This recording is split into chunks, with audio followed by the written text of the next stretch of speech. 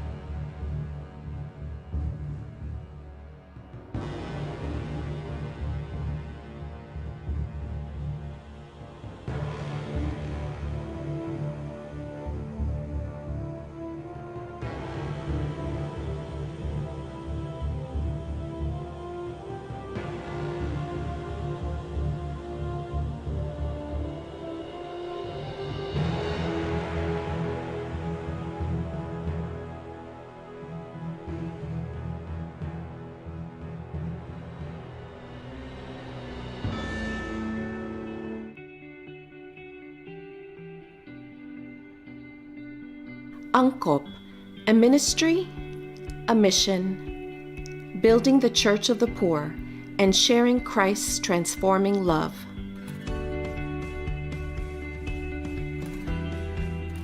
Angkop is Couples for Christ, armed in carrying out its core values of pro-God, pro-family, pro-life, and pro-poor, with the key principle that Christ is the center of the work and must be proclaimed in word and in deed.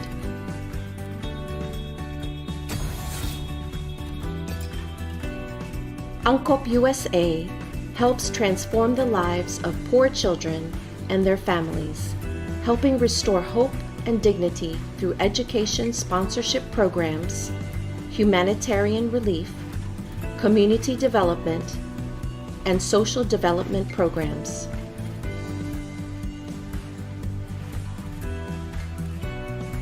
Angkop believes that education of the poor child and his family is key to poverty alleviation.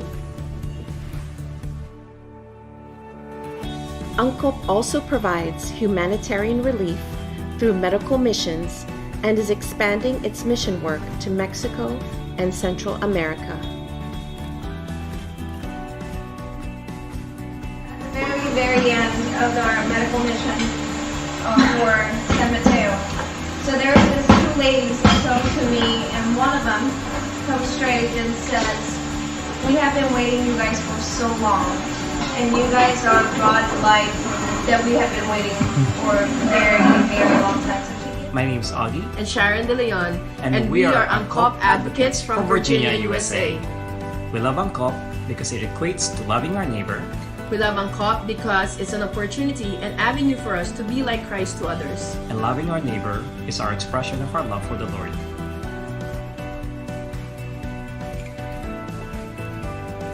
Angkop USA seeks to forge partnerships with individuals and organizations that share its vision of helping the poorest of the poor and transforming lives.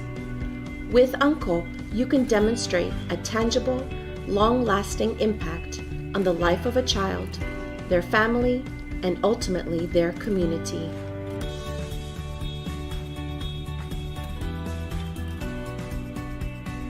Together, we can transform lives, one student at a time. Sponsor a child today.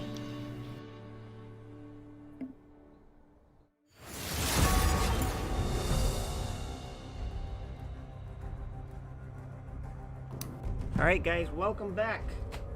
Another edition of LAS. Got our hosts here, our casters, and yeah, welcome back everybody. Thanks KJ for hosting us once again. As you guys saw in the video, we are doing this fundraiser for Angkop, and Angkop is answering the cry for the poor. We'll talk about that more as the night goes on, as the season goes on. But this is a fundraiser totally generated. The funds are generated by viewership. So for those who are joining us, the viewership is calculated by the average viewership throughout the night. So the longer you guys stay, the longer everybody stays, the better the viewership numbers are. So I encourage everybody who's tuning in, you watch the games here, you listen to our casters who are awesome, by the way, and just leave it on and listen to the entire night. If you need to do something, just leave the stream on. It really helps out the viewership. Now, talking about the casters, I want to introduce our casters for tonight, but also caster / commissioner. We have here from Team Joe Mama, we have Keylime. How are you, Keylime? I'm doing well, Seth. Thank you so much. I'm glad to be back on the panel today and excited to be watching these two teams duke it out tonight. Yeah, I'm excited as well. And also joining us here from team he played last night, from Team SFC Telecom T1, we have here Robbie. How are you, Robbie? Hello, I'm doing well. Again, I'm also looking forward to these two teams just battle it out on the field. Yeah, it's going to be exciting tonight. So tell us about what the current standings are, Keylime, because we've had three matches already this season. So tell us where they stand, what's going on. Yep. So as we enter week 2, day 2, we have Team Joe Mama and Team SFC Telecom T1 actually tied for first place with 3 wins and 3 losses. And then followed by Team Rocket.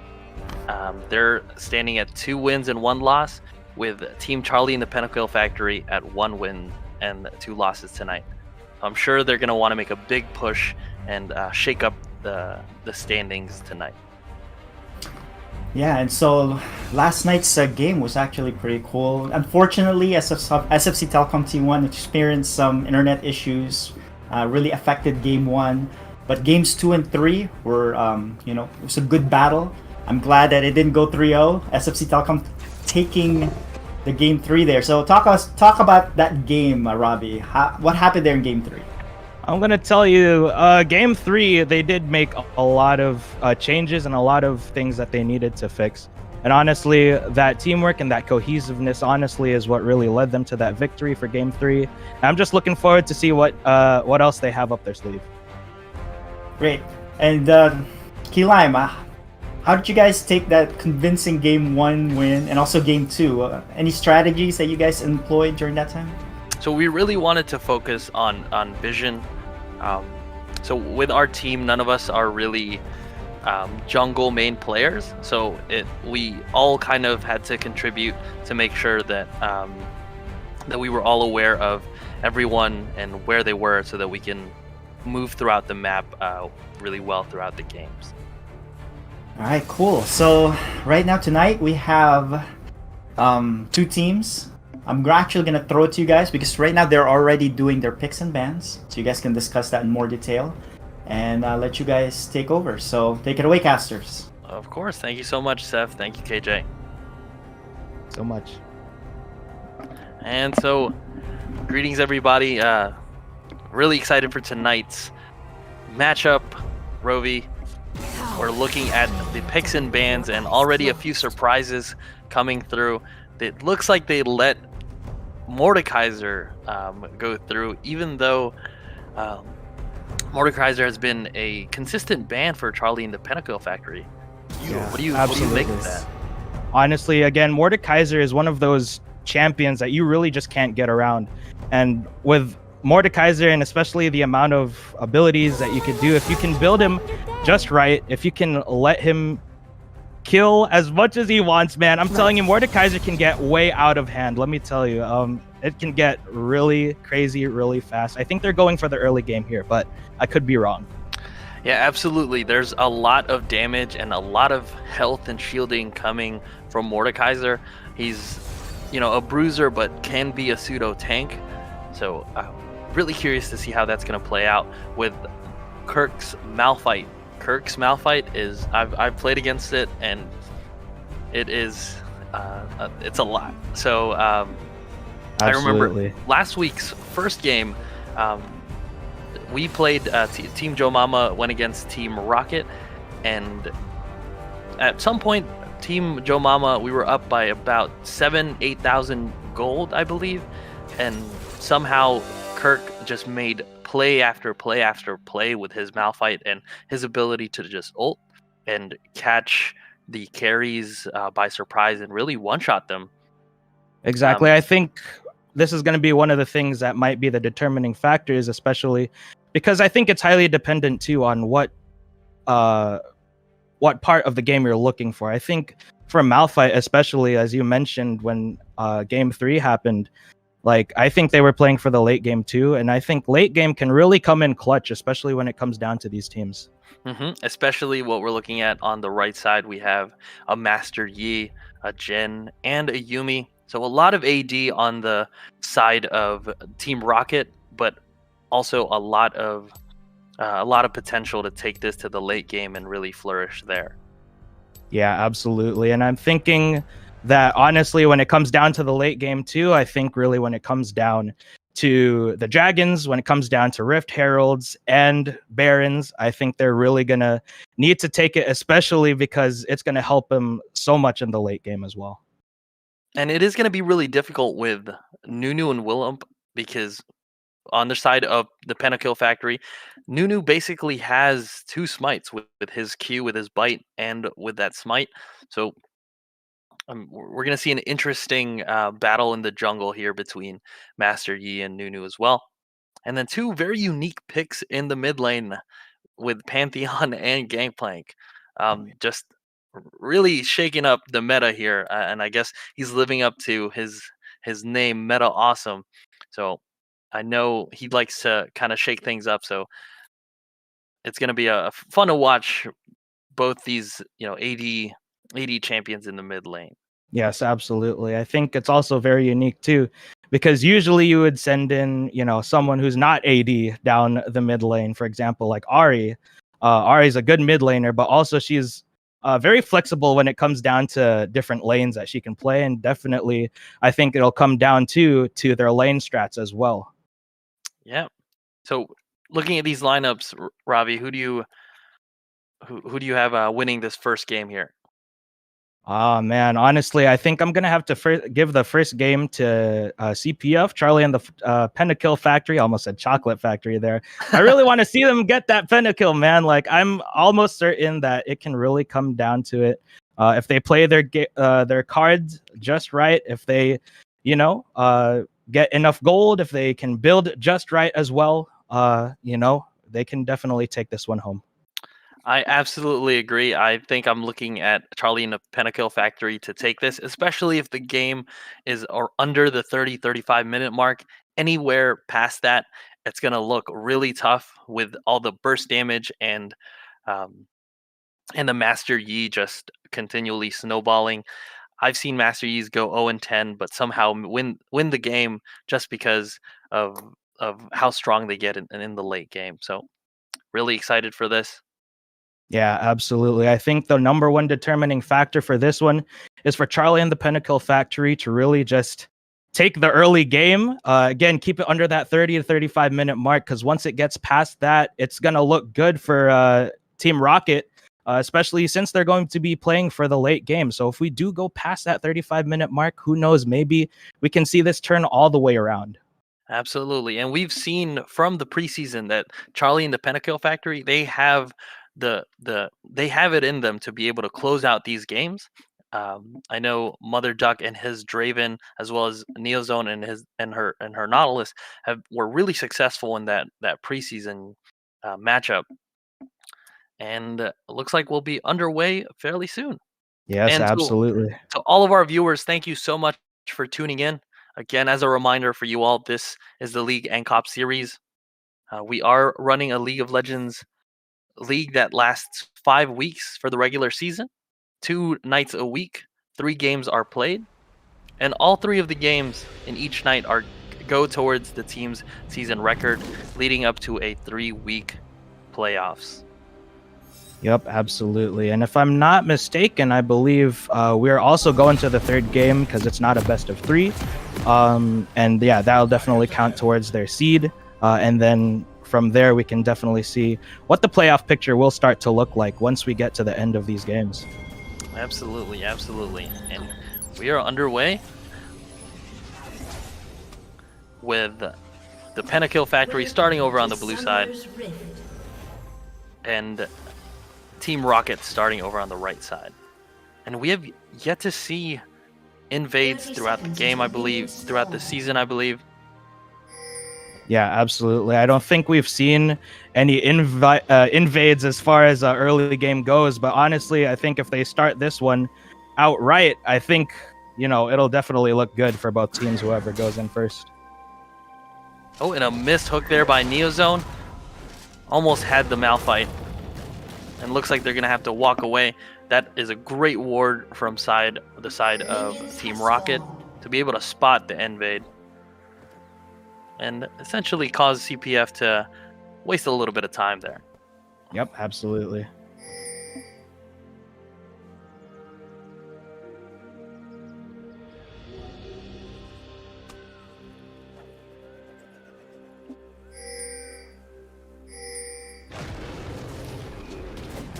And again, as things are just looking out here, I think everybody's got everything under control. We're going to play it slow in the first round, and the first couple of minutes are always the slowest. Well, honestly, these are the moments that could be either crucial, that can make or break a team, honestly. especially when it comes down to these camps. Yeah, and expect to see some early ganks coming from the side of the PentaKill factory. Nunu has the ability to really make a difference early after level 2 and level 3. Not so much for Master Yi. I think we're going to see him power farming a bit and really try to get to level 6 as fast as he can so that he can use his ult for ganks, whether that's to escape or whether to initiate those ganks. Absolutely. That's also a great point. Reaching level 6, as hard as it might be, you know, again, if they just get these last kills on these minions, increase that creep score, as long as that level just keeps going up and up, sooner or later that champion will be absolutely inevitable. And we saw a great trade up top between Hercules and Chale. Chale really making use of that early damage coming from Mordekaiser and punishing Hercules. Yes, absolutely.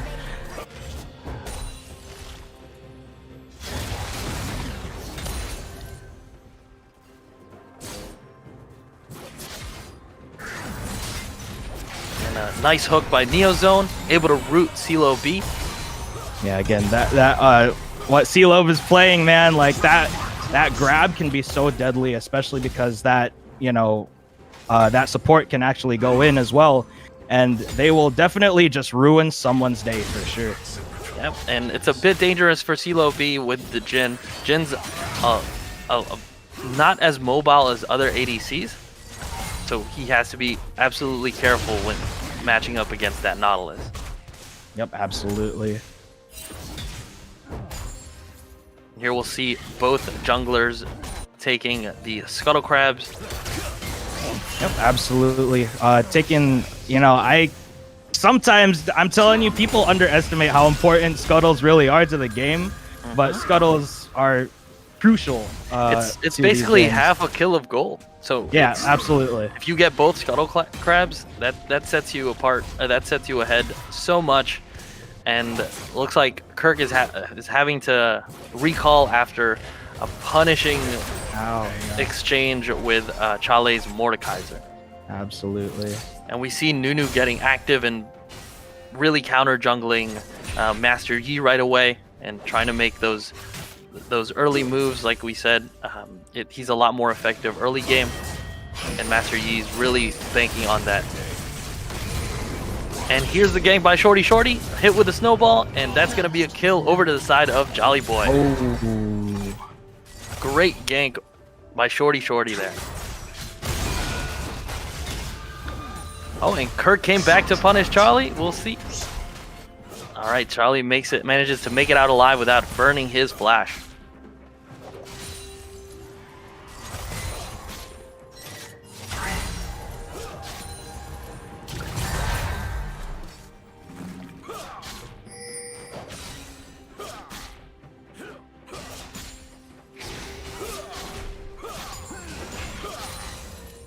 We've got a slight level advantage over to the side of Yellow Mellow over Neozone's Nautilus. Oh yes, absolutely. Yellow Mellow is a newer player to League of Legends, so really excited to see some of our players are just getting into the swing of things and learning the game, but at the same time able to join us for the league. Because it is a great cause, and while we want to be competitive throughout the league, at the same time, this is, we want to welcome new players. Yeah, absolutely. These new players, I'm telling you, they will pull the most unexpected things out of nowhere, and I think that surprise might prove to be really helpful to some of these games as well. Yeah, and CeeLo B is a seasoned vet, substituting for Boostos, and I'm sure he's going to have a lot of guidance for Yellow Mellow as they lane together. Yes, absolutely. I think one of the things too is, that captain role is really important as well, because those comms can be crucial to a team's success as well. Yeah, absolutely. And even on our side, Waka Waka is the main shot caller, and he does an excellent job of doing so. Because you really need that direction sometimes. Even if you're ahead, If you're just kind of dilly-dallying and not using your lead, you can quickly lose that, as my team learned in that first game of our matchup last week. Oh yeah, absolutely. And the same thing for my team, man. Snap Crackle Pow just keeps calling the shots, man. I always tell him, man, you tell me to jump, I ask how high, and you know that can lead to some crazy things sometimes, and sometimes some good things. So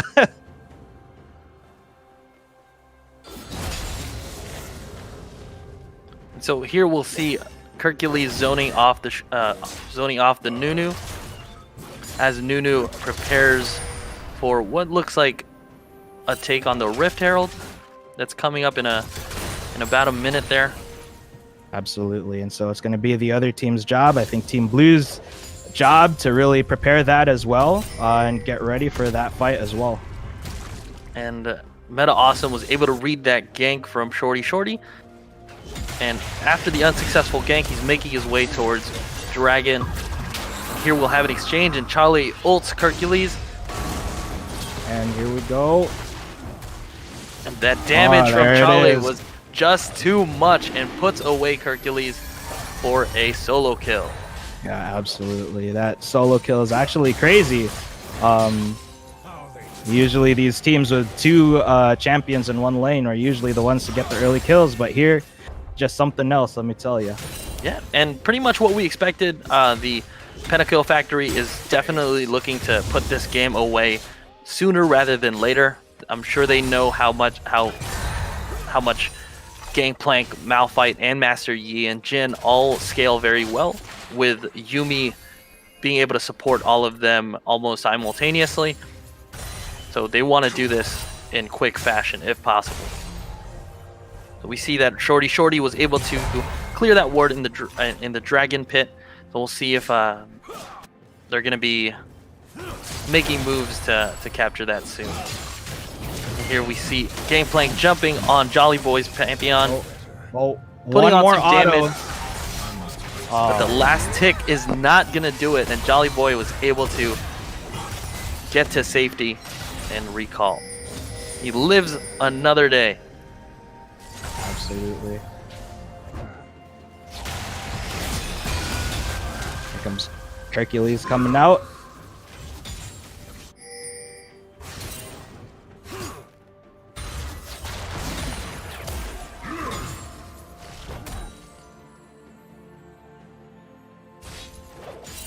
So we see both junglers on the bottom side, both really aware of that dragon, and it is an ocean dragon, so it's going to be really good for both teams as far as sustain goes. Great body block there by Nautilus. The Jin almost sniped Mother Duck's Draven, but that Nautilus really saved the day on that one. Yeah, absolutely. If they had gotten that steal, that would have been something else too, man. That would have brought the night to a whole new level, let me tell you. Yeah, Jin is not a champion that you're gonna want to see when he's fed. Yeah, that absolutely. fourth shot is brutal already as it is.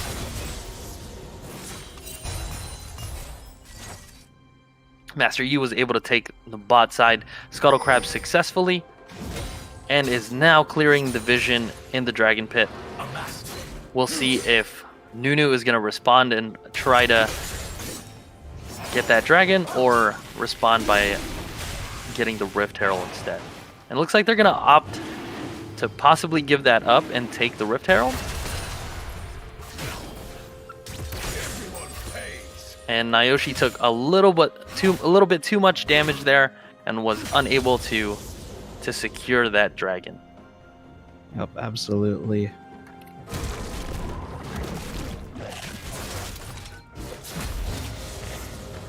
So we're currently seeing a nearly 2,000 gold lead over to the side of the PentaKill Factory, but Yep, not a lot of action going on at the moment. Nope, not too much. I think what both teams are trying to do is play it safe for the first game, and once they understand how they're going to be playing, that's what they'll use to get to their advantage for the second and third game.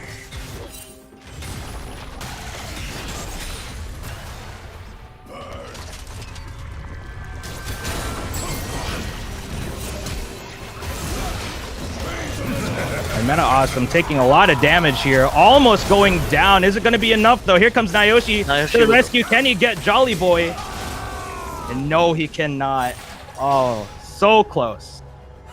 Way to kite that out by Jolly Boy.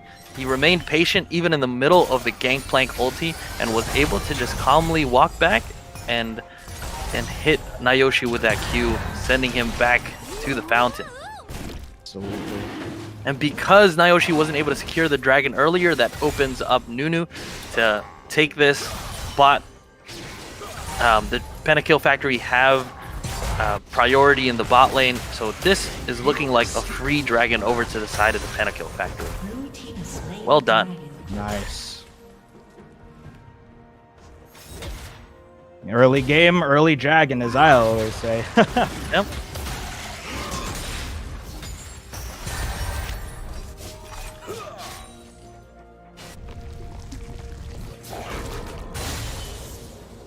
Something to note here, this insane CS lead over on the side of the PentaKill factory.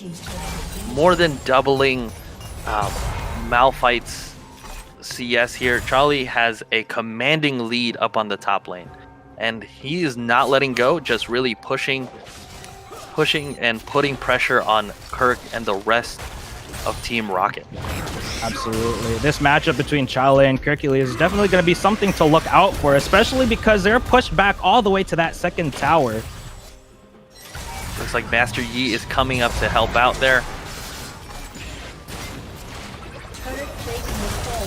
Let's see if this is going to be a successful 1v2 on Chale. Hercules going really low there. Hercules is going to go down, but can Nayoshi secure it? Yes, he can. Interesting matchup. Great help from Nayoshi, being able to recognize that Charlie was way too pushed up, and even as strong as he is no match for 2v1, especially under a turret. Yeah, absolutely. That, you know, they often say stay close to the turret so that they don't go in for you, but if you're going to be that low, you probably got to back up further.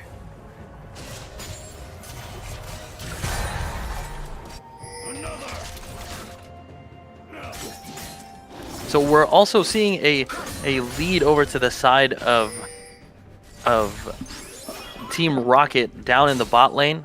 Oh, and I may have jinxed them because Shorty with the snowball gank forces the flash out of CeeLo B. And CeeLo B is back to farming.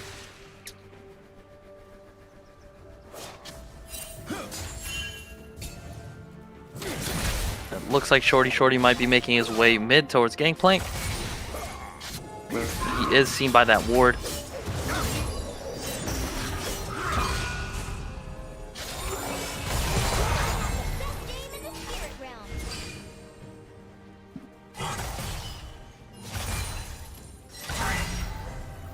I think interesting to note too is how important visibility is in the jungle. I can't you know, emphasize how important that is because it also allows that team to push up further past the river and ensure that they're not being ganked at all by any other champs. Yeah, ward saves lives. Yes, absolutely.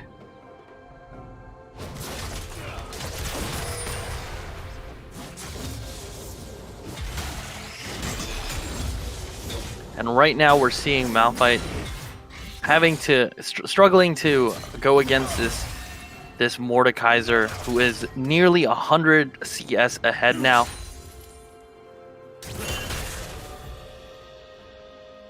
I'm not mistaken, I think that CS score was also very prevalent in some of the previous matches as well. Again, that CS is definitely very important.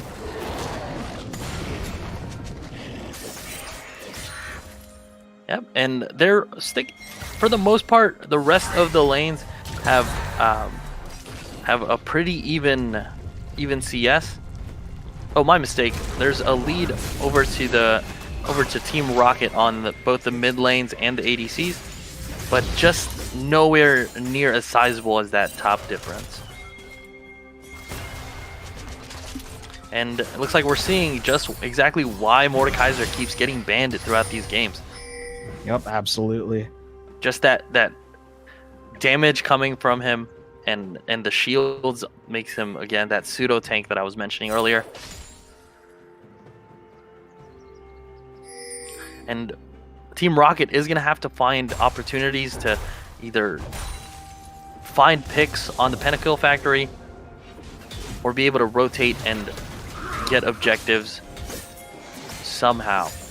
Yeah, absolutely. I think the objectives are going to be the number one thing to carry them into that late game and ultimately lead to their victory.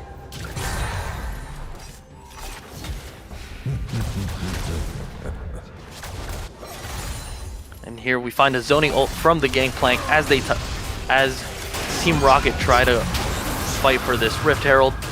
Here comes Charlie. Oh, Meta Awesome's going to go down. Charlie also going to go down. Traded out for the awesome kill right there.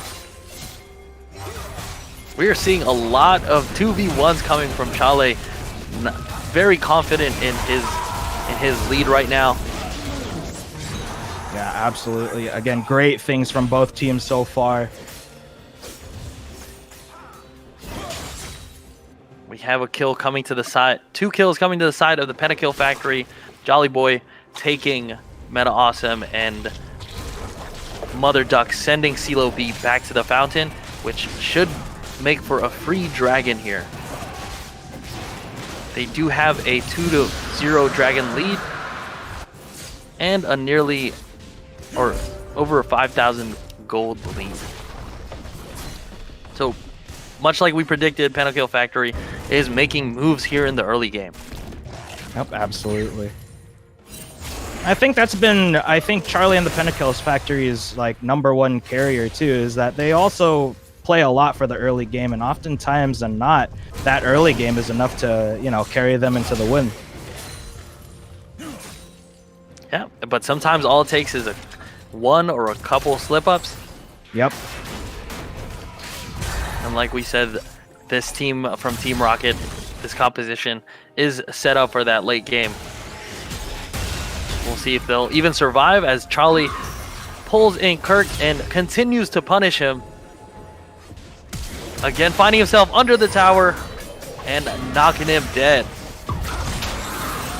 Well, Nayoshi gonna die as well. Wow, I was not expecting that at all. Chale really just taking it down for CPF. Successful double kill this time coming to the side of the PentaKill Factory. This might be the game we see a PentaKill coming from CPF. Yeah, absolutely. I think there might be... Oh, there was almost a team fight right there. These team fights are honestly, I think, what everybody looks forward to on these matches.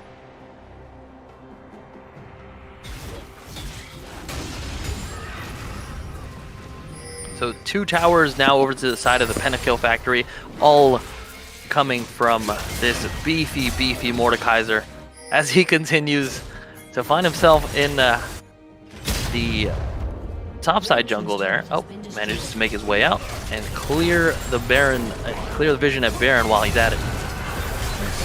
Meta Awesome gonna go down right there. Another great gank from Shorty. Shorty as Pantheon makes use of that point and click stun.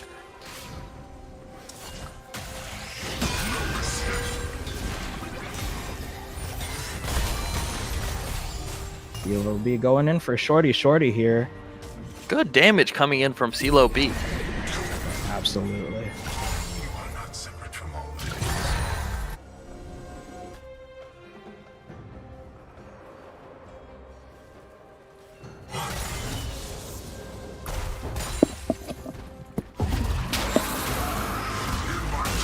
We find another fight There top it is. side. And a quick kill going over to Chale. Again, that semi-tank, man, just hits so different, man. Yep, and they were able to kill that Rift Herald before it did any real damage to the tower. So PentaKill Factory holding strong with no towers down.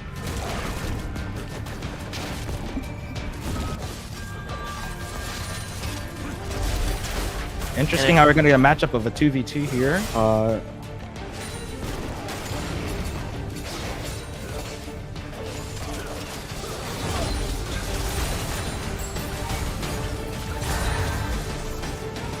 one thing to note here, if you look on the bottom right hand side of your screen, you'll see the mini-map, and you'll see all those blue wards throughout the jungle, on both on the top and the bot side, with more of a focus on the top side, obviously, because the objective is there.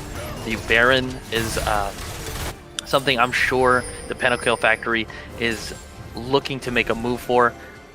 Here they spot Master Yi hiding in the shadows there with yet another great ward. It looks like they may be prioritizing the dragon at its spawn this time around, playing it a little bit safe. Although they do have the lead to be able to force a Baron fight with 8,000, nearly 9,000 gold over Team Rocket.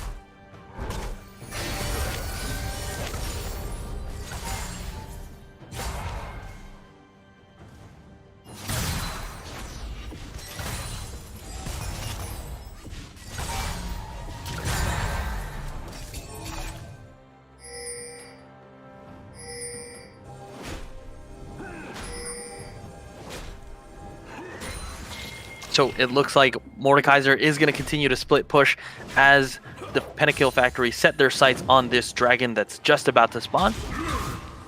Absolutely, that preparation is getting important there as Chale is again gonna attempt to slay Hercules there. Yep, Chale is 3 levels above Hercules, so they're going to need to send somebody else. They might need to send 2 other people, and Master Yi is able to find... Here comes a team fight right there. Just too much CC. Master Yi was not able to assassinate Mother Duck's Draven there. And great damage coming from Chale, yet again fighting under the turret, but it is no problem for him. He is 3 levels above, and he is going to swing the hammer down on Hercules. Oh, and Chale gonna get slain by the tower. Meta Awesome able to clean that up, but having to give up Dragon with that in the process.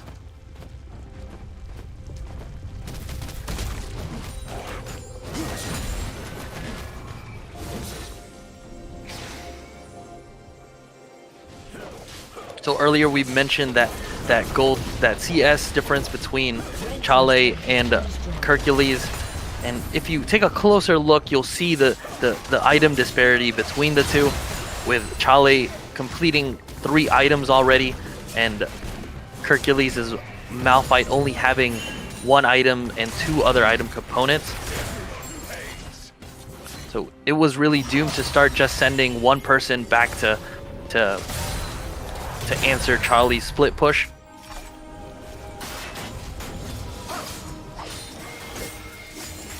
And at nearly 10,000 gold lead, this is looking a little bit tough for the side of Team Rocket. Rovi, what do you think that they need to do to claw their way back into this game?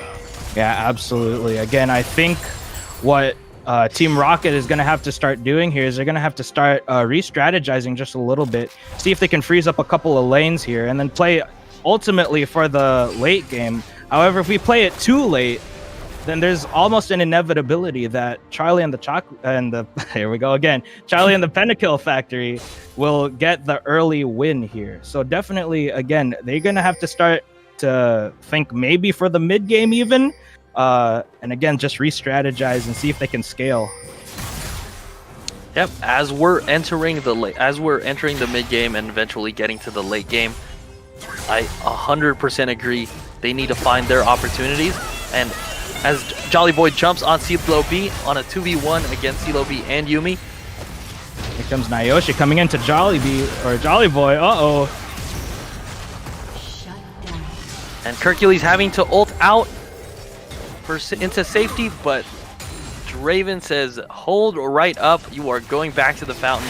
What a great ult by Mother Duck. Nayoshi finds himself on the wrong side of the tracks here. Nayoshi ulted by the Mordekaiser. And Charlie just swinging his hammer around. Charlie gonna get him again.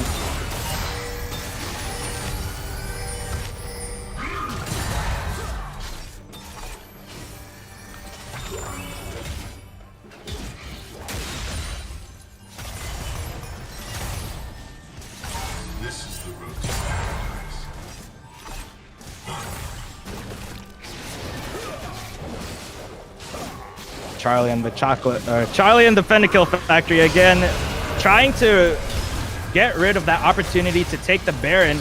We'll see if they can get a successful steal here, but I don't think it's gonna happen. I think this Baron is definitely gonna go to blue team. Yep, it's gonna go to Charlie. And an ult in by Jolly Boy. They want to end it right here and right now. All hopping onto CeeLo B, and with Yellow Mellow going down soon after. And earlier we mentioned during the pregame that there's a lot of AD coming on the side of Team Rocket here, and just looking at the itemization on the PentaKill factory side, you're seeing 3 armor boots, a Zhonya's Hourglass for Mordekaiser, the Dead Man's Plate on Nunu. So lots of armor on the side of Charlie and the PentaKill factory, and it's really gonna be tough for Team Rocket to get their way to claw their way back into this, not having a lot of AP damage. They can just stack armor all day long, and Team Rocket's not gonna do any damage. Yeah, absolutely. I think Charlie and the PentaKill factory actually read this correctly, and they were building again to what they saw. Charlie going to be on a killing spree here. They're going to get Hercules next. Can Hercules get Charlie? It's going to be a 2v1. Ladies and gentlemen, looks like Hercules is going to go down. And we got ourselves a triple. Oh, baby, a triple. And we see the Penta.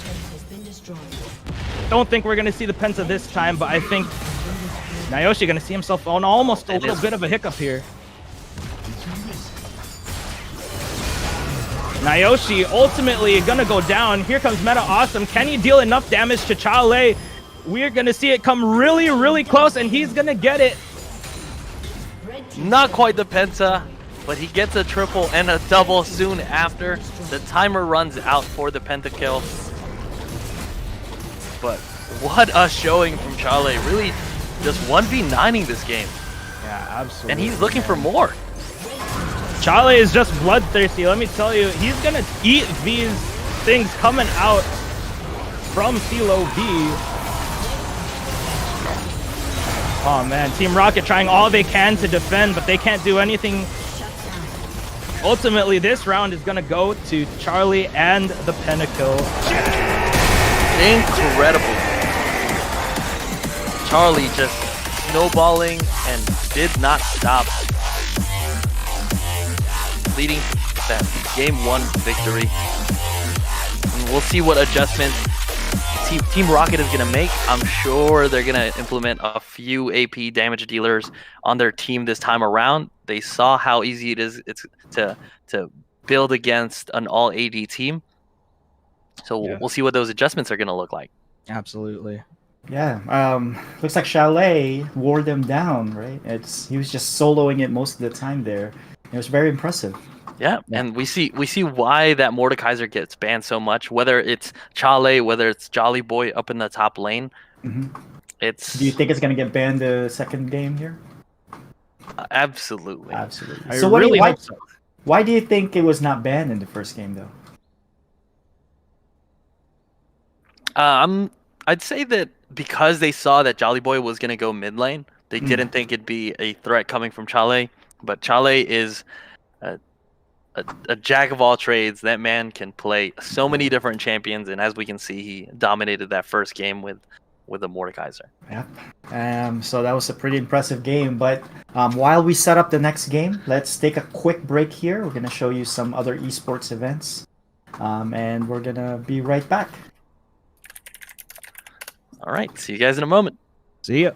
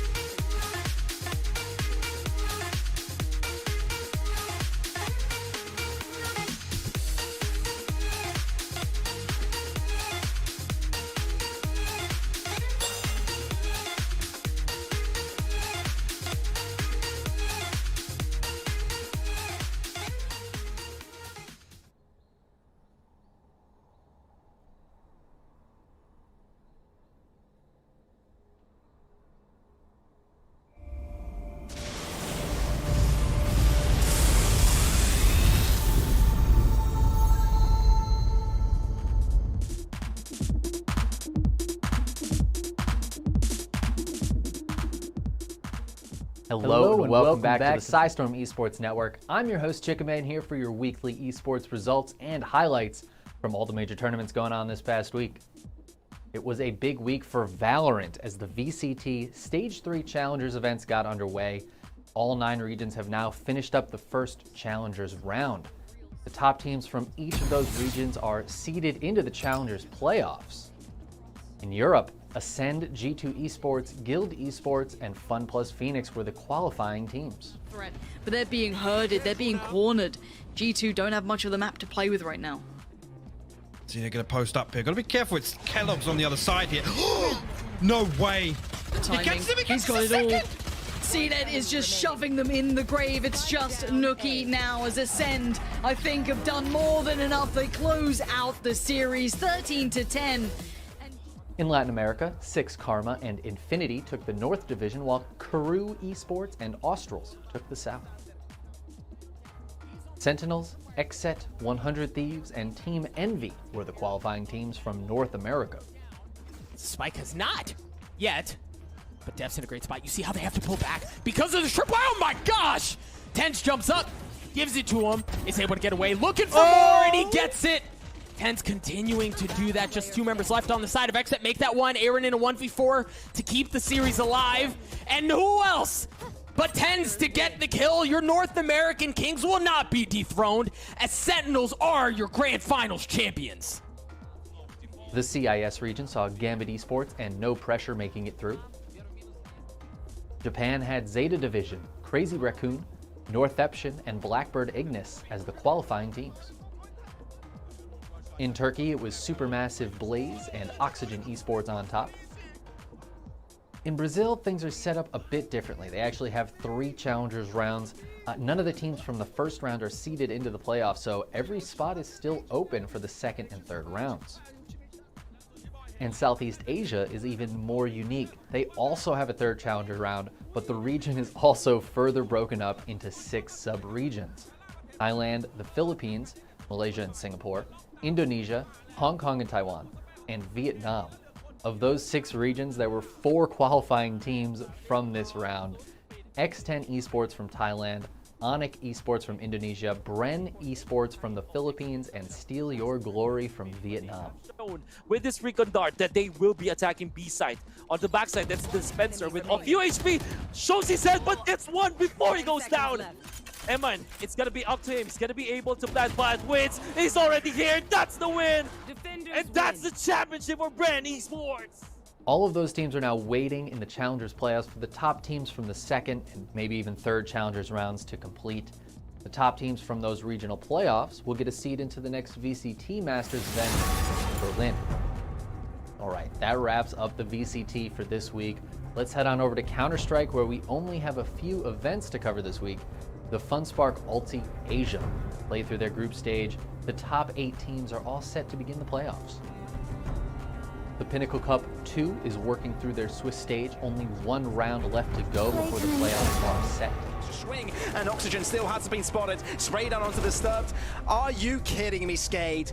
That should have been Harvu's take. That should have been Harvu's round for the taking. That should have been the bomb plant for them, and it should have been the victory. But Skade say no, and the short push from Ships will be the icing on the cake. Skade on 14. They're showing Harvu who's boss. And the Intel Extreme Masters Season 16 got well underway this week. The top 24 teams from around the world are gathered in Cologne to fight it out for the IEM Championship. The AK-47 ready to execute. Stepping into the crosshairs is Tabson.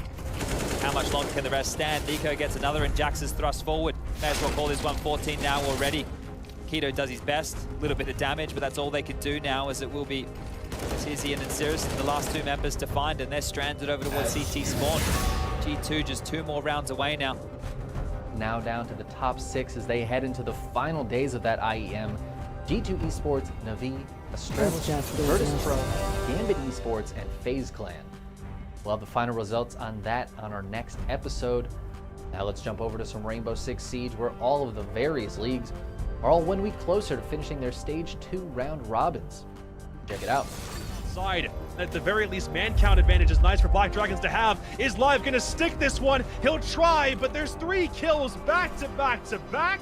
That retake might just be the thing that puts Black Dragon's chances in the dirt. It's gonna fall on Perez. 1 kill in security, but both members of W7M are outside the building. Yet again, this retake might be the thing makes Black Dragons reconsider ever wanting to play this site ever again. Here comes GD on the swing. No, the SMG-11 will win it out in the end, but there simply isn't time.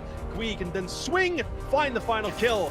And we'll push back in on this space in a second, but the Flores drone is going to cause some slight problems, force Afro further away again, force them out and allow them to move in on the backside. Shin's peppering bullets towards Laundry to see if they can just catch anybody as Tex has a moment to drop its Lusty. That opens up off and Tex instantly gets the pickup. Max gonna try and stick it, but there's the cross angle, there's the hold, and there's suddenly K-Razor drop 2. They've gone deeper than deep. Fnatic with a plan, drive themselves towards the end of this game. Typer. Jordan now has to fall back over the bar. Speak easy, still inside of Aviator. 15 seconds left on the clock. As you said, chaos is going to be happening very much towards these final 10 seconds. Spirited shows up. There's no Pika to save today here for 7th Heaven, but they don't even need him.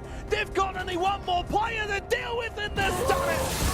Yes, we've now got a double-sized hole opened up. P4 gets the kill onto Aces. The Moto drop comes in, but the kills start going in Rogue's direction, Des, until Bibu puts a stop to that with a double. 3 versus 2, it's down to Ripson crying, but Diffuser is in the hands of Shinker, and he starts to put it down on the ground with 30 seconds. He needs to stick this. Can't move comfortably either as well. It's going to stick in this case. Out comes the swing, and Bibu wins it again. Captain Bibu with 3 kills from Blue. Make it a 4th. Why not in round 15? Up against TSM in a 1v2. They don't know where he is, but they do now. The L85 in hand. I don't believe he heard the drop to his left either. Still trying to contest the man with the load he achieved as he's bouncing back and forth. Knows one's still here. He'll burn Pojo Man alive. The SMG-11 can get it done. Oh, hot and cold for 17 as he puts TSM in a body bag. Just send him down the river. The Benelux League, as well as the regional leagues in Brazil, Europe, North America, and both Asia Pacific, North and South, will all continue playing through the end of the month. We'll have highlights from those every week, and as the results start to come in, I'll keep you up to date, so make sure to subscribe so you don't miss all of that. Now let's take a quick trip over to the Call of Duty League, where they've started the Stage 5 group stage. 25 seconds left, he holds his position. This is it. They have to somehow get out of the defensive spawn and onto A. But Shotzi is here, just wasting their time, able to hit the jump shots, and well, you see that. That's just what makes Shotzi so special. And I said with a minute, you only get really a couple looks at it. I don't know that they got one. Like actual pushes towards the objective, not a single one. Not one. A couple more weeks before we have any conclusive results from those groups. But the Atlanta FaZe and Dallas Empire will be teams to look out for, as they were the top 2 from Stage 4. Now let's head into the Overwatch League, where the Summer Showdown group stage finished up, and the regional knockouts have determined the top 4 teams heading into the tournament weekend. Under a bit of fire, pops the barrage, but everybody moves away. Marvel going to be tearing back inside, barely keeps himself alive, but then he will fall on the back end. Jinmu's still going to be nanoed up, does get eliminated by Chuyu. Prophet is alive, he's got that pulse bomb, but Chuyu's going to be demeched, and Jinmu's right back into the fray as Yamato finds the miracle res. Chuyu eliminated, Prophet anti, he is dead, and I think they finally made it happen. The OT will bleed away, and the Chengdu Hunters, they have defeated the Seoul Dynasty. They have stopped them from taking this series out from beneath them. They have victory in front of a Chinese audience. Trying to just contest the point right now, and Decay and Mag just run through the rest of the Paris Eternal as Dan and Drew are trying to fight on the point. Yes, they kill Fury, but will it be enough? It's going to have to be another miracle, but they haven't really got any ults online. A boop onto the ball, and this should just be it. OT ticking down. They do have Vestola to, again, cycle himself on point and get the touch, but he gets instantly demeched. Decay is too high charge, Shoddy. They can't get and it. And we are back. Hello, everybody. Welcome back. This is going to be game 2 of Charlie and the PentaKill Factory versus Team Rocket. So here we have week 2, day 2, game 2, with a handily won game by Charlie and the PentaKill Factory. We're going to see what adjustments Team Rocket have made. We're seeing a substitution on the side of the PentaKill Factory with Oilicious jumping in for Neo Zone. Now they're going to keep that bottom lane combination of Draven and Nautilus.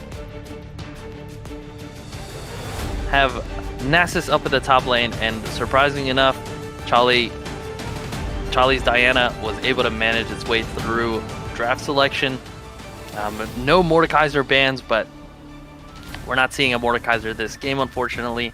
And for a second there, I thought there was going to be a Leona jungle coming from Meta Awesome. I thought he was going to try and shake up the meta once again, but he was able to lock in that Mundo to provide long team fights and sustain and just have a tank running at their carries during those team fights. We're going to see how that works out. Yeah, I think we've seen that both teams have each gotten a taste of what each other could do, but also I think they also are able to just readjust. Again, with these subs, hopefully the sub will make a difference. I know it has for SFC Telecom T1, let me tell you. But I think we're going to see a lot of interesting plays this game. I agree, and you know, now we're seeing an AP damage dealer on the side of Team Rocket with that Nico coming into the mid lane. Nico is always that tricky character, being able to make clones of her allies show up in other parts of the map, and she can even simulate their low health bar status. So that can, you know, trick the PentaKill factory into jumping onto a champion that they feel like might be dead already, but surprise, surprise, it might actually be the Nico at full health. So we'll see some great plays come in there. Absolutely. And I think that Nico pick will definitely help out with their early aggression as well, because we've seen CPF really go in early aggressive every single time, and I think Nico would be a really good buff to that. Yeah, and this top lane matchup is going to be really exciting too, with both of our new players, Huey on the side of the PentaKill factory and Ricky over on Team Rocket. They're going to duke it out in the top lane and see who's who's gotten a better hold of the game in a short amount of time. And looks like our spectator delay is up, and we will be jumping into the Rift for Game 2 of the matchup between Team Rocket and Charlie and the PentaKill factory.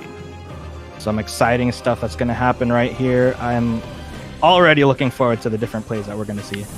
Same here, Rovi. Same here. What are your predictions for this next game? I'll be honest with you. I really want Team Rocket to take this one. I think Team Rocket is going to be able to just readjust and take care of Charlie and the PentaKill factory. Hopefully this is going to be the game that they're going to be able to do it. Yep. I think Team Rocket is gonna be taking this one. I see CeeLo B on his beloved Lucian and Hercules supporting him, so lots of firepower coming from there. And here we'll have an invade coming from Charlie and the PentaKill factory. Team Rocket not burning anything, was able to see that coming.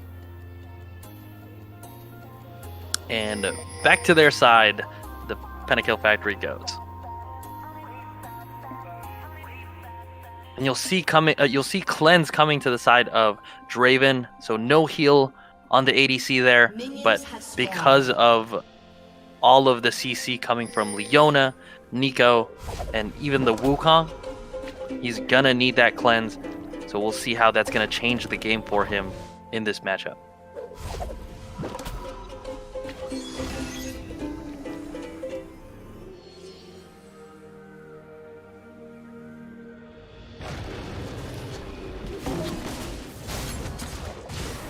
With those jungle camps up, we are underway. I'm curious to see what, wombo combos are going to come from this Diana Nocturne combination over on the side of the PentaKill factory. So lots of quick damage, and they're really going to be able to burst virtually everyone except the Mundo and Leona over on the side of Team Rocket. So vision is going to be a key factor for Team Rocket, so that they don't get caught out and just burst into oblivion again from that Diana and Nocturne combo. I think it was really interesting to note that early invade, and again, what we talked about for that early aggression, I think we really saw that come through, but I think Team Rocket was really prepared for this one. They were really preparing for that early aggression. So early gank coming from Meta Awesome here, and Oilicious was able to flash out and get to safety there.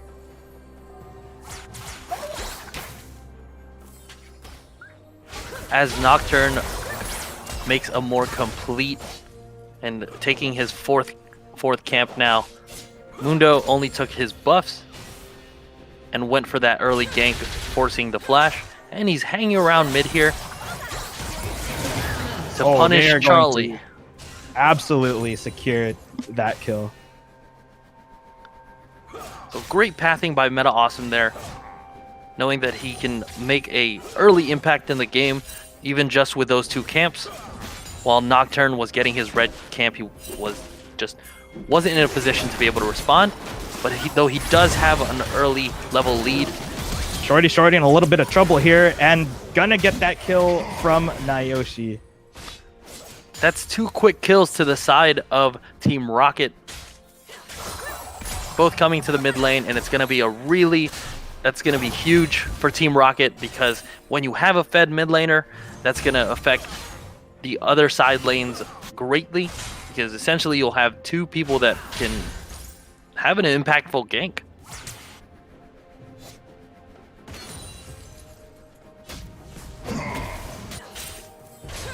See Meta Awesome being pretty brave and counter jungling the Nocturne pretty early here, even just at level 3.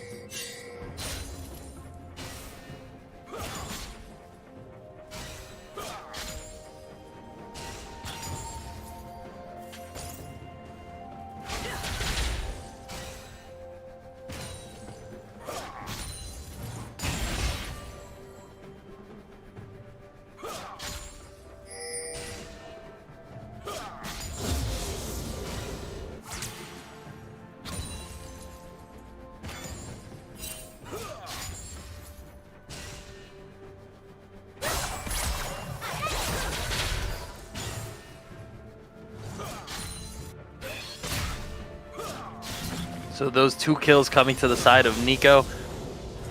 He is set up to carry this game, putting unbelievable damage here on Charlie really early.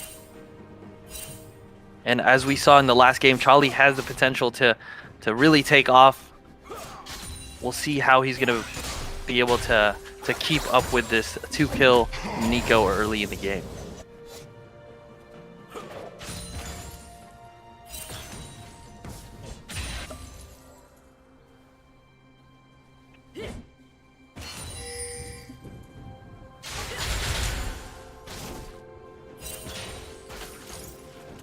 And missed Zenith Blade coming from Hercules there.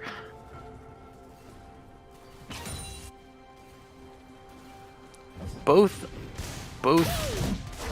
bot laners and supports have a pretty similar, simpler types of champions down there, with damage coming from Lucian and the Draven, really bursty damage, and the tanks with lots of CCs between the Nautilus and the Leona. So here, both the supports seem to be sizing each other up, and Hercules jumps and stuns the Nautilus. Jolly Boy able to hook his way out of the fight before Meta Awesome can jump in for the gank. I think seeing Charlie and the PentaKill's factory getting this, seeing their health getting this low this early, I think really proves to see just how aggressive they can really play, and sometimes it can prove to be an advantage, but sometimes also a disadvantage as well.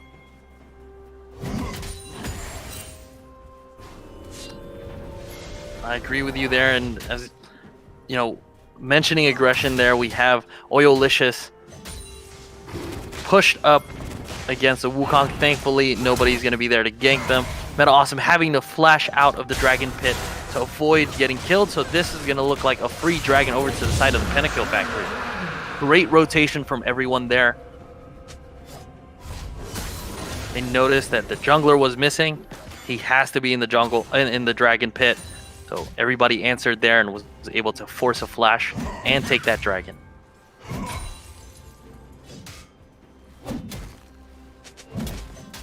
So again, we have our two new players here duking it out in the top lane.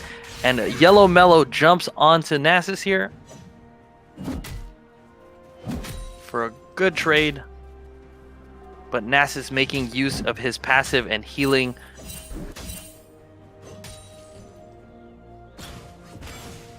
You know, I really want to see these two new players really duke it out, because I think those plays will be the greatest plays in the entire game.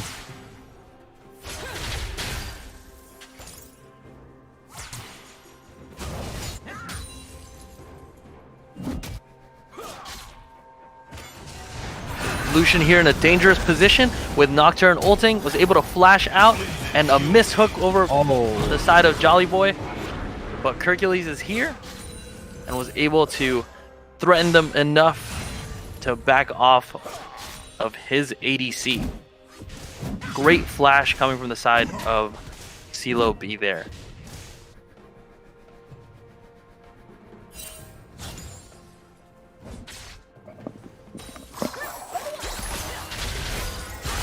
There we go, Nayoshi with those deadly skill shots. My goodness, they're... Charlie was able to pop the ult from Nico, and Nico may have been a little bit surprised there, having to pop the ult without really needing it. Here comes Jolly Boy, getting really low on health here. Are we going to see two autos and Jolly Boy is going to go down? Are they going to go for Mother Duck? Mother Duck also going to go down. This is 4 up for Team Rocket. So double kill from Team Rocket, and Meta Awesome ganking Charlie, chunking him. And it looks like he's going to have to recall to base. Well, he's sticking around actually.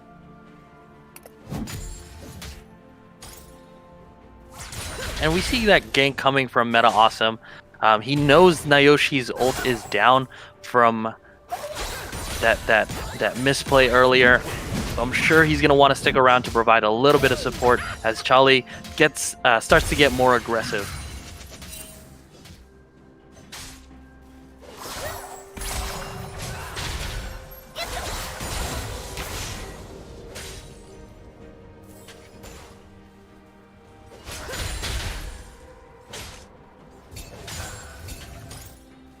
So 10 minutes into the game, we have a nearly 3,000 point gold lead. And just about when Nayoshi was able to secure the kill on Chale, just before he goes down to the shorty gank. So a trade kill there, and 3 kills to Nayoshi's Nico. Yep, we're seeing those adjustments really come through in this game. Just like what we were talking about earlier in the pregame, I think those adjustments will come to pay off. And I think the key to the mid lane success, I think, would be Nayoshi's skill shots, just landing those skill shots one after another, and eventually just securing that kill on Chale will earn him that success. But that is a huge shutdown over to the side of the Nocturne. Nocturne has that amazing ult that can really impact many different areas of the game, whether it's objective control or catching out folks that are just out of position. So that shutdown gold is going to go a long way for the Nocturne. And here an ult coming from Jolly Boy. Looks like he wants to start a fight there, but was out of range for a hook.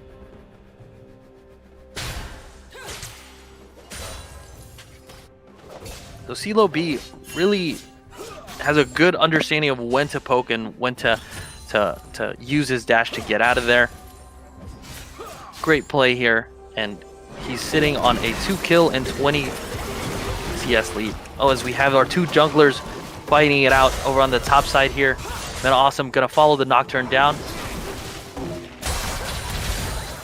Nayoshi going in. Oh, almost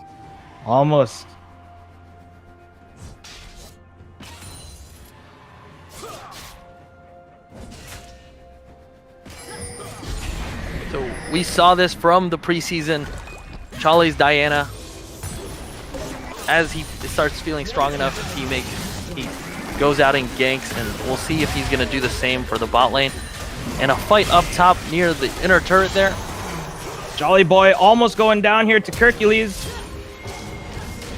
He's gonna land the grab, and Jolly Boy gonna go down. Can he take Mother Duck? That is the real question. As Hercules begins to build up a little bit of health here, things are not looking too good for him here. And ultimately, Mother Duck will take the kill.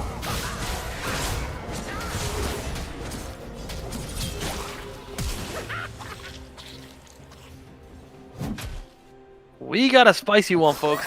Fights all around the map happening. Nayoshi jumping on the Chale. Not quite having the damage to burst him down, as Chale is able to walk back to his side safely. But we saw down there Mother Duck getting the double kill on Lucian and Leona. Didn't care that they had a lead. So great engage coming from Jolly Boy. Although he gave up his life, his ADC was able to get that double kill. Only with a return coming from the Leona.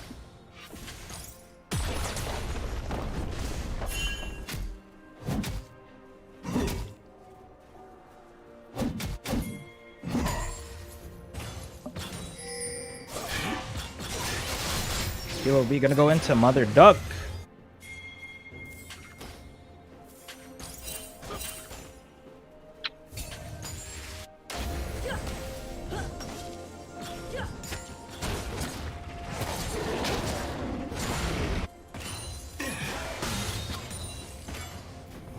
Looks like a lot of folks from both sides are starting to pile up on this bottom side here, as the jungler is the dragon is up. Excuse me. Chale's gonna make his way down, trying to force a fight here with Nico a bit out of position to join the fight. Looks like we're gonna have a team fight here. Looks like Meta Awesome is gonna get a little low here.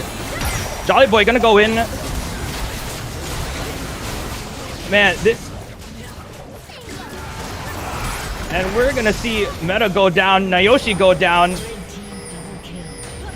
Hercules about to go down here. Can they secure that kill? Jolly Boy too low to secure anything. Jolly Boy ultimately gonna go down. Hercules almost low, gonna get the 2v1 here. One more auto and he would have been dead. It looks like he's gonna be alive to live to see the day. What great recognition from the PentaKill factory. They noticed the Lucian was going to go back to base, so Chale with his Diana forced a fight right by Dragon, and it turned out to be a 3-for-1, losing Jolly Boy but taking Meta Awesome, Nayoshi, and Lucian along with them, which leads to the Dragon capture there.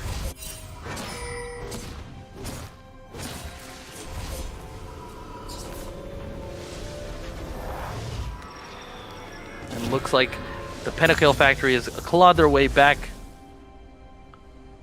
with a 2-dragon lead that's going to be really key for them as this game goes on longer.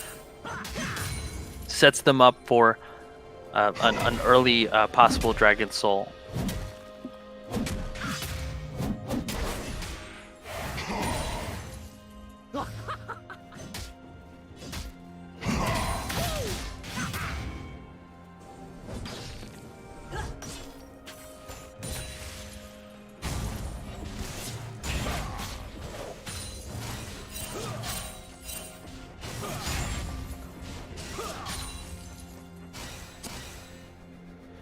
Checking in on our top laners. We're on their own little island up there. Ricky, Yellow Mellow Knight with about a 30 CS advantage.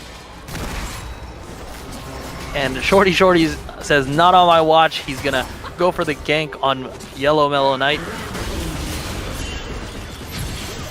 Yellow Mellow almost down.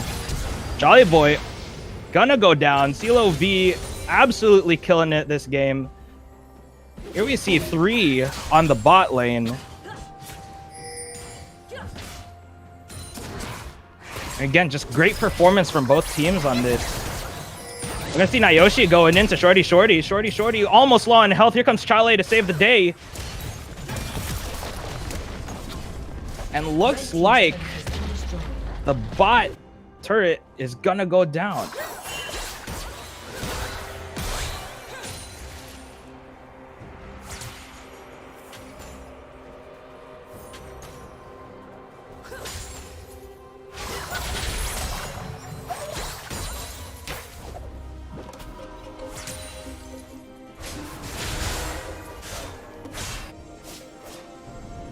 As we're approaching minute 20 here, we have a 3,000 gold lead on the side of Team Rocket still. But Shorty's Nocturne is over at Rift Herald.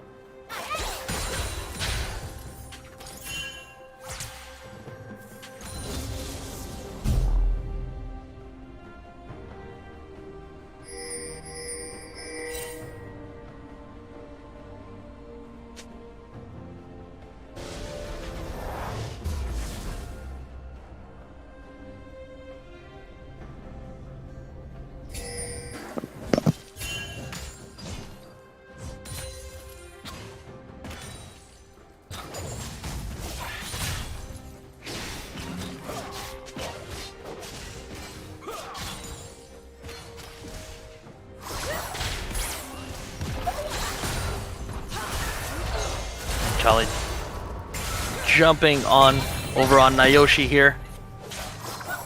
Able to put down a lot of damage. Although Nayoshi had that early lead, Charlie was able to keep up in farm, not die too much, and looks like he's in a good position. And a kill from Wukong over. That's a solo kill on the side of Team Rocket. Wukong punishing the Nasus up top and able to take free shots at this inner tower.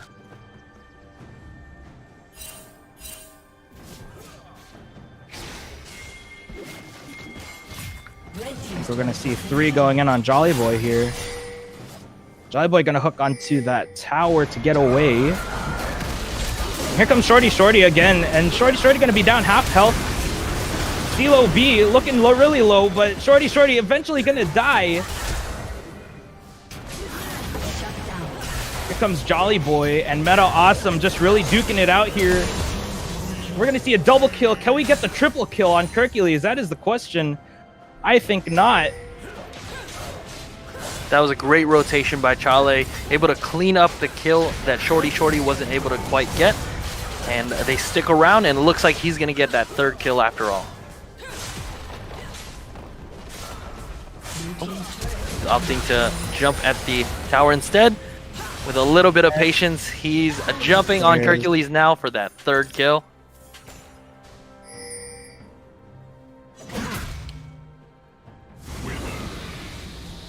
Now I think we're seeing Charlie and the PentaKill factory try to adjust for that top push.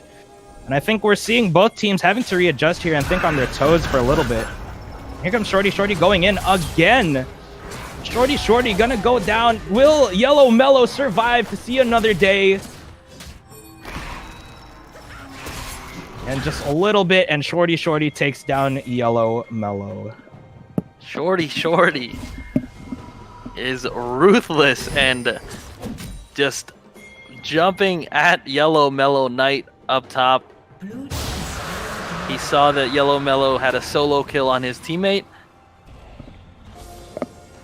and just punishes him, and he uses the Rift Herald up top. Should put down a lot of damage on that first outer turret up top.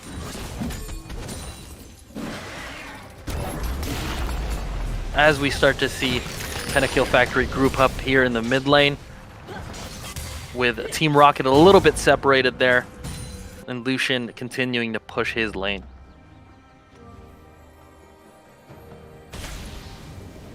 So Charlie's starting to do a lot of damage. And with this Diana, she's really mobile, and expect to see Diana to really influence the other the other lanes as she's making her way towards the Lucian to possibly one-shot him down there.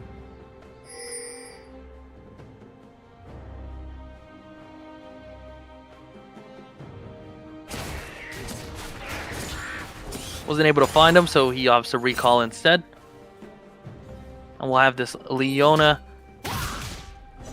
roaming, clearing wards, and putting down vision as they set up for what possibly is going to be a Baron capture here. And the Yellow Mellow Knight pushing a little bit too far. Maybe sensed the Nocturne around and retreated a bit. But we have a lot of members on the blue team. Oh, with CeeLo B evading the ult from Chale with that dash. Great dash. Shorty ults in the middle of 3 members of Team Rocket and dies in quick fashion. Looks like Chale about to go down as well. There he goes.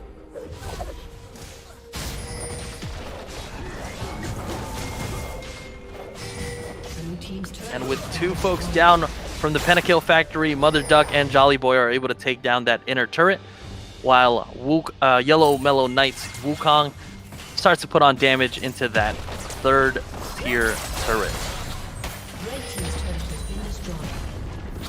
Here we go, great pushes from Team Rocket here. Yeah, even though PentaKill Factory have managed to claw their way back into this, they have great macro play. Yellow Mellow Knight has been split pushing really well throughout this game.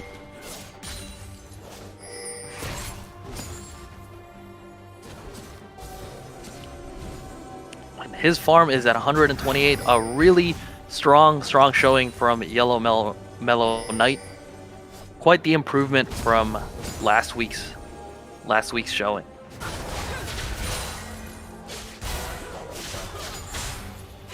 Seems like Charlie and the PentaKill Factory are going to get set up here for a Baron. They are spotted with that pink ward, so Meta Awesome is caught at bot down there. He showed and is actually clearing a ward right now. So we'll see if the PentaKill Factory is going to start to take this Baron, knowing that it's going to take Mundo some time to get back. Hercules doesn't know that they're all waiting there. Jolly Boy gonna go down to half health here, but it's still anybody's game. Great damage from Lucian there to peel down Jolly Boy and prevent them from going in any further on the Leona. That could have gotten ugly. That could have gotten ugly real fast.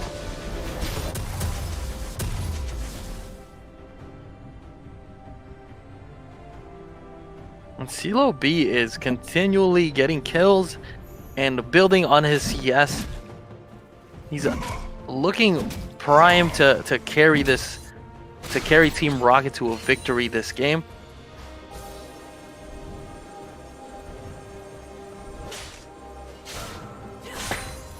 And as Wukong, they've taken three turrets on the top side there. Wukong's gonna need to join the team fight soon.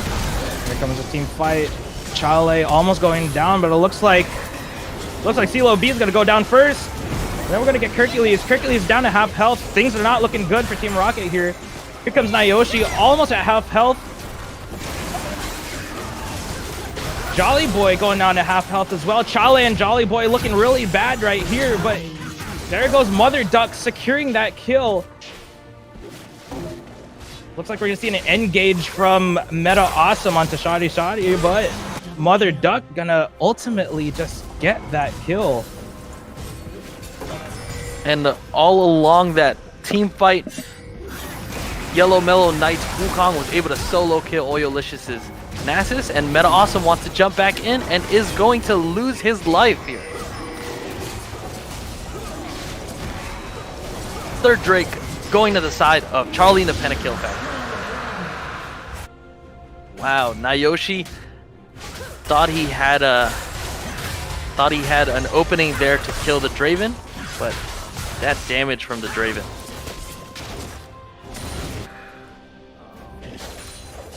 Chale being a good team captain, avenging the Nasus, killing the Wukong over in the top side in a quick fashion. We saw in that last team fight that they're putting a lot of resources into getting this Lucian down.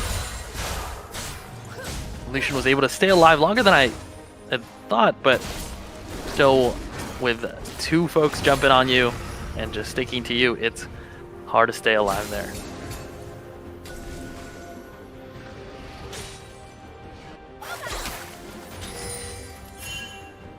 Like Team Rocket here is going to be able to respond to that that Baron attempt almost.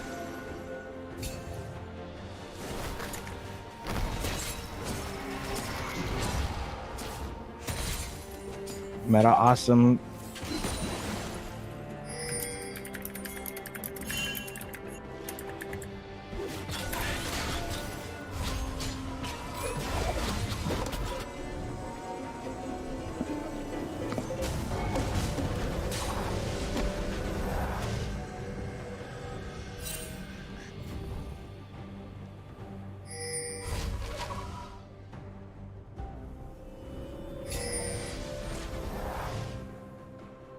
So the next objective here is the Baron.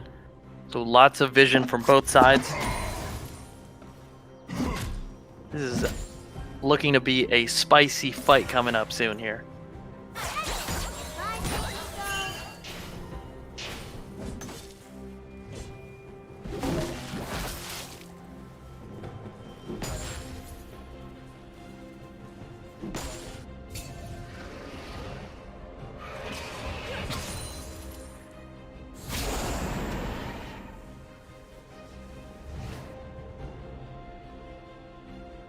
So there has been a pause in the game. I think from what we've seen so far, I think both teams are able to express their abilities and having to really think on their feet here. As we can see, Team Rocket set that up perfectly. However, I think Charlie and the PentaKill Factory really just clawing their way back to only a 1k difference in gold at this point. Yeah, we saw an early lead coming from Nayoshi. Nayoshi with the Nico has the potential to be able to one-shot a lot of the champions on the side of the PentaKill Factory, but wasn't quite able to take advantage of that early gold lead. And we see the PentaKill Factory being able to snowball with lots of kills on the Draven, the Diana, and Nocturne being really involved throughout the map with his ult. That's such a powerful ult, and Shorty is making great use of it. Yeah, absolutely. I think their next objective here is to really just slay this Baron. Whoever slays that Baron will probably have the upper hand in terms of having to win the game.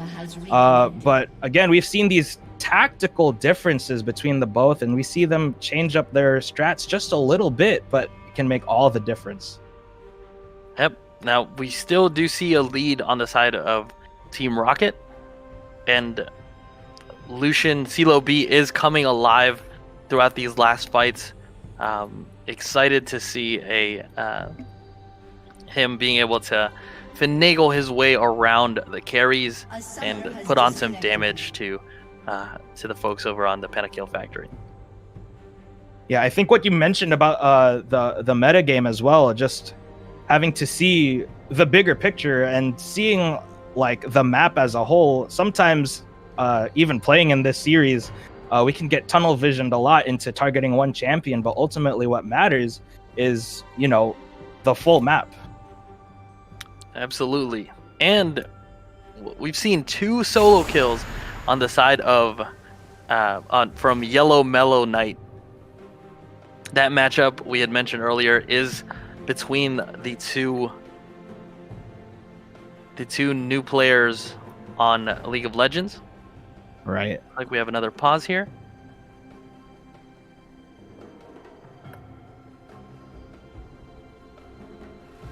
Again, but I think, you know, Yellow Mellow is really showing out tonight, especially as he is a new player. I think the duke out between the new players will really come to show right here in this game.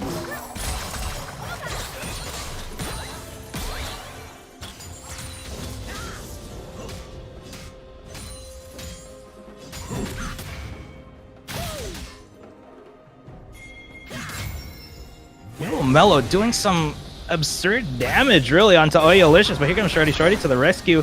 Meta Awesome gonna come in and try to secure the kill on Oyalicious. There comes the root, and there he goes. Oyalicious is down, but here comes a team fight. Ladies and gentlemen, this is getting ugly really quickly. There goes Shorty on the killing spree yet again. Mother Duck almost down, but here comes Yellow Mello stuck between two champs, and he's gonna go down. Ultimately, we're gonna 3v1 versus Chale. Chale gonna go down, and now it's down to a 3v2 versus Jolly Boy and Mother Duck. Jolly Boy getting down to quarter health. And here comes Shorty to save the day. And Mother Duck was able to stay alive throughout that entire fight. Great job for Jolly Boy to be able to peel and hold back any damage coming to Mother Duck there. And a valiant effort by Yellow Mello to really get on the carry.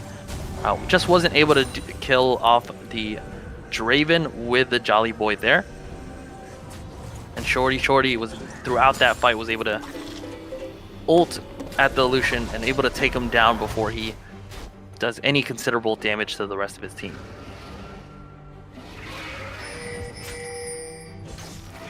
I think it's important to note too that I think people are converging down onto Hercules here. Hercules is gonna get hit by Jolly Boy. Jolly Boy, it's a 1v1. Here comes Mother Duck and Shorty to the rescue. Hercules, things not looking good. Here comes Nayoshi to the rescue. Nayoshi coming to Jolly Boy, slaying him. Great time by Yellow Mellow Knight. That was a huge ult by Yellow Mellow Knight and finding the shutdown on the Mother Duck. That's 1,000 gold coming to the way of Yellow Mellow Knight, who's going to be really big throughout team fights with that CC ult and damage coming from him.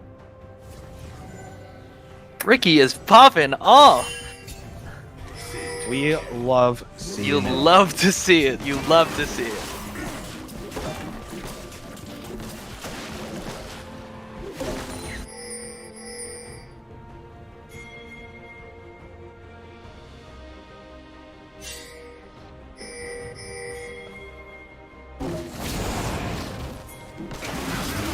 Looks like Team Rocket gonna get the dragon.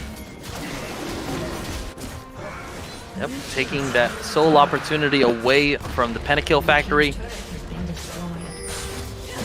Though the PentaKill factory did find those that kill earlier, or excuse me, the Team Rocket found that kill earlier and opted for the dragon instead of the Baron.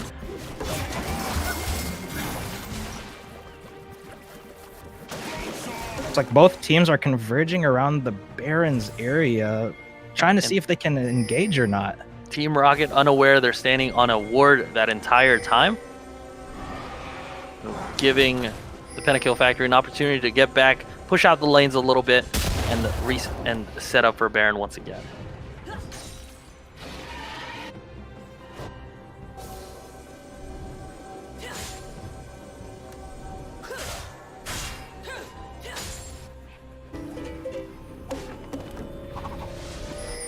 Chale looking to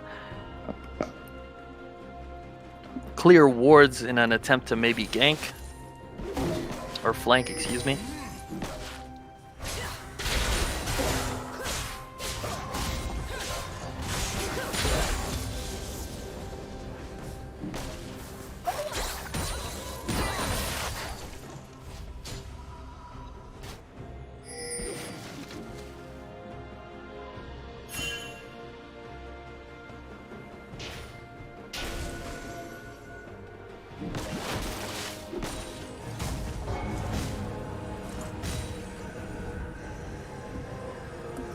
We approach 35 minutes into the game. Looks like still a pretty even matchup with only a 2,000 gold disparity here.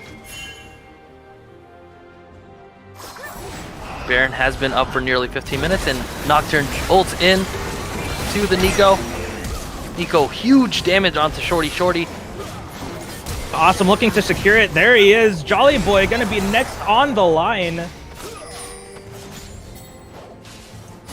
It looks like they'll just back off on this one. Now both junglers are down. They were able to get the trade kill on Meta Awesome. Charlie jumps in, assassinates Nayoshi in front of his teammates' faces, and great ult from Jolly Boy to be able to isolate the Lucian.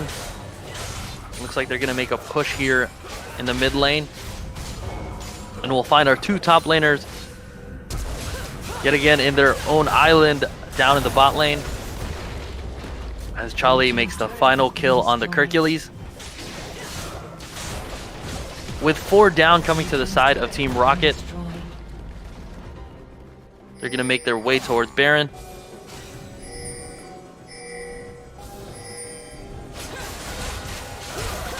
And just in time for everybody on the side of the PentaKill factory to be up and ready to get that buff.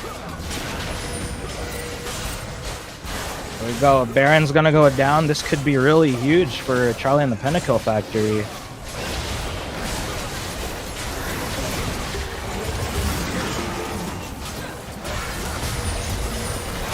Meta Awesome just a little bit late and pays for it with his life. Yellow Mellow Knight able to jump out with his clone and flashing out, but they're gonna remain chasing him.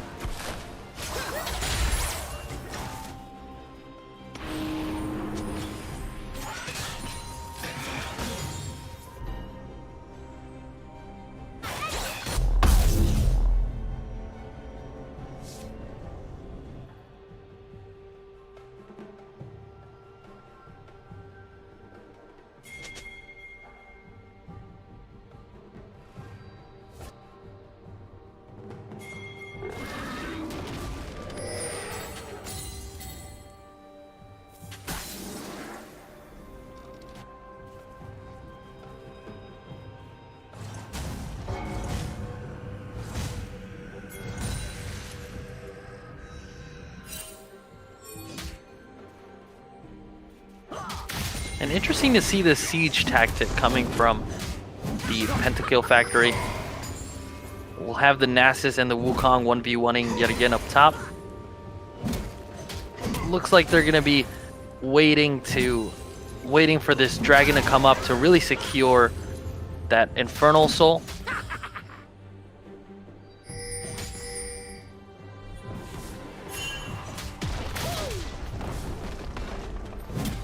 Charlie making his way behind the rest of Team Rocket here, hoping to flank them. Although I do think they should be making better use of this Baron and pushing a lane. Oh, they find the fight, able to jump.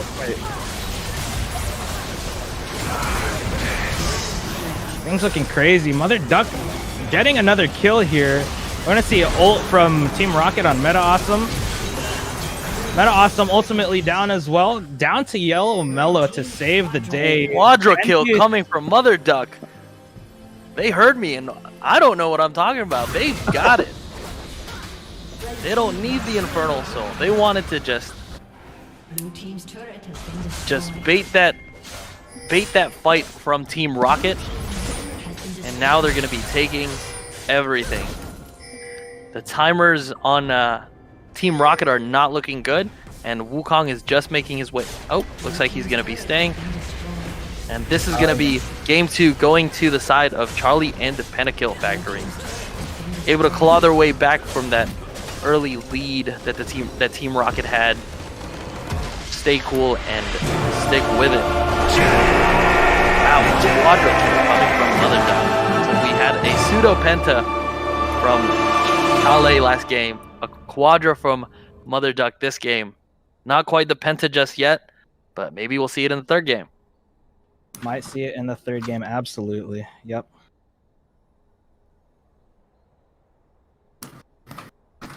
Yeah, that was a really interesting game there. In the very beginning, I really thought Team Rocket had a really good momentum, right? They started off well, right? Even just those the statistics that I follow, because I'm such a newbie player, just following the gold count, the kill count, but even just the momentum itself, they looked like they really had a good chance there. But at what point did that turn, Keyline? So when the Diana and the Nocturne were started to really roam and even effectively get that those kills onto Draven. I think that was kind of the point where it turned for them. Jolly Boy did an amazing job peeling for Draven all throughout, even with people like with champions like Nico, Wukong, and Mundo with the ability to jump on their AD carry like that. Jolly Boy just did a great job of keeping that damage off of Mother Duck, which led to a 14-2 game from him. But it was a complete team effort from them. Chale was down 3 kills really early in the game, but he had the presence of mind to be able to stick to it and just keep his head down and farm. And then Shorty had great ganks throughout, forcing flashes left and right from people. Although early he wasn't getting those kills, being able to force those flashes really set his teammates up to succeed throughout the game. So Ralvi, do you think that CPF had a more of a late game composition, right? So that all they had to do is just last the late game and they'll take over. Was that the scenario? I think it would appear that was what Charlie and the PentaKill Factory actually did. We really saw, Team Rocket really duking it out and really getting victorious in the first half. But when it came to the later part of the game, it would seem that Charlie and the PentaKill Factory were in fact building for the late game, and I think that's definitely what we saw here. Right. All right, so I just want to remind the viewers, this is our fundraiser for Angkop, and we generate the funds to donate to Angkop based on the viewership, and that is average viewership. So if you guys can tune in and stay on as long as you can, that will really help our average numbers up. And while you're eating dinner or just sitting back and relaxing, tune in, put it on the side. If you're watching TV, you can put this on your computer or laptop or tablet or iPad. So we look forward to having you guys join us each and every Monday and Tuesday nights this month. But in the meantime, while we set up our game number 3, again, we play all 3 games. We're going to take a quick break here, and we will be right back.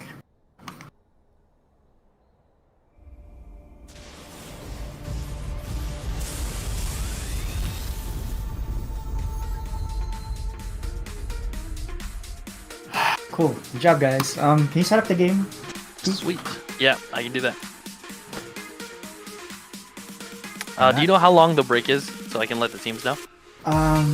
It's up to you guys, really.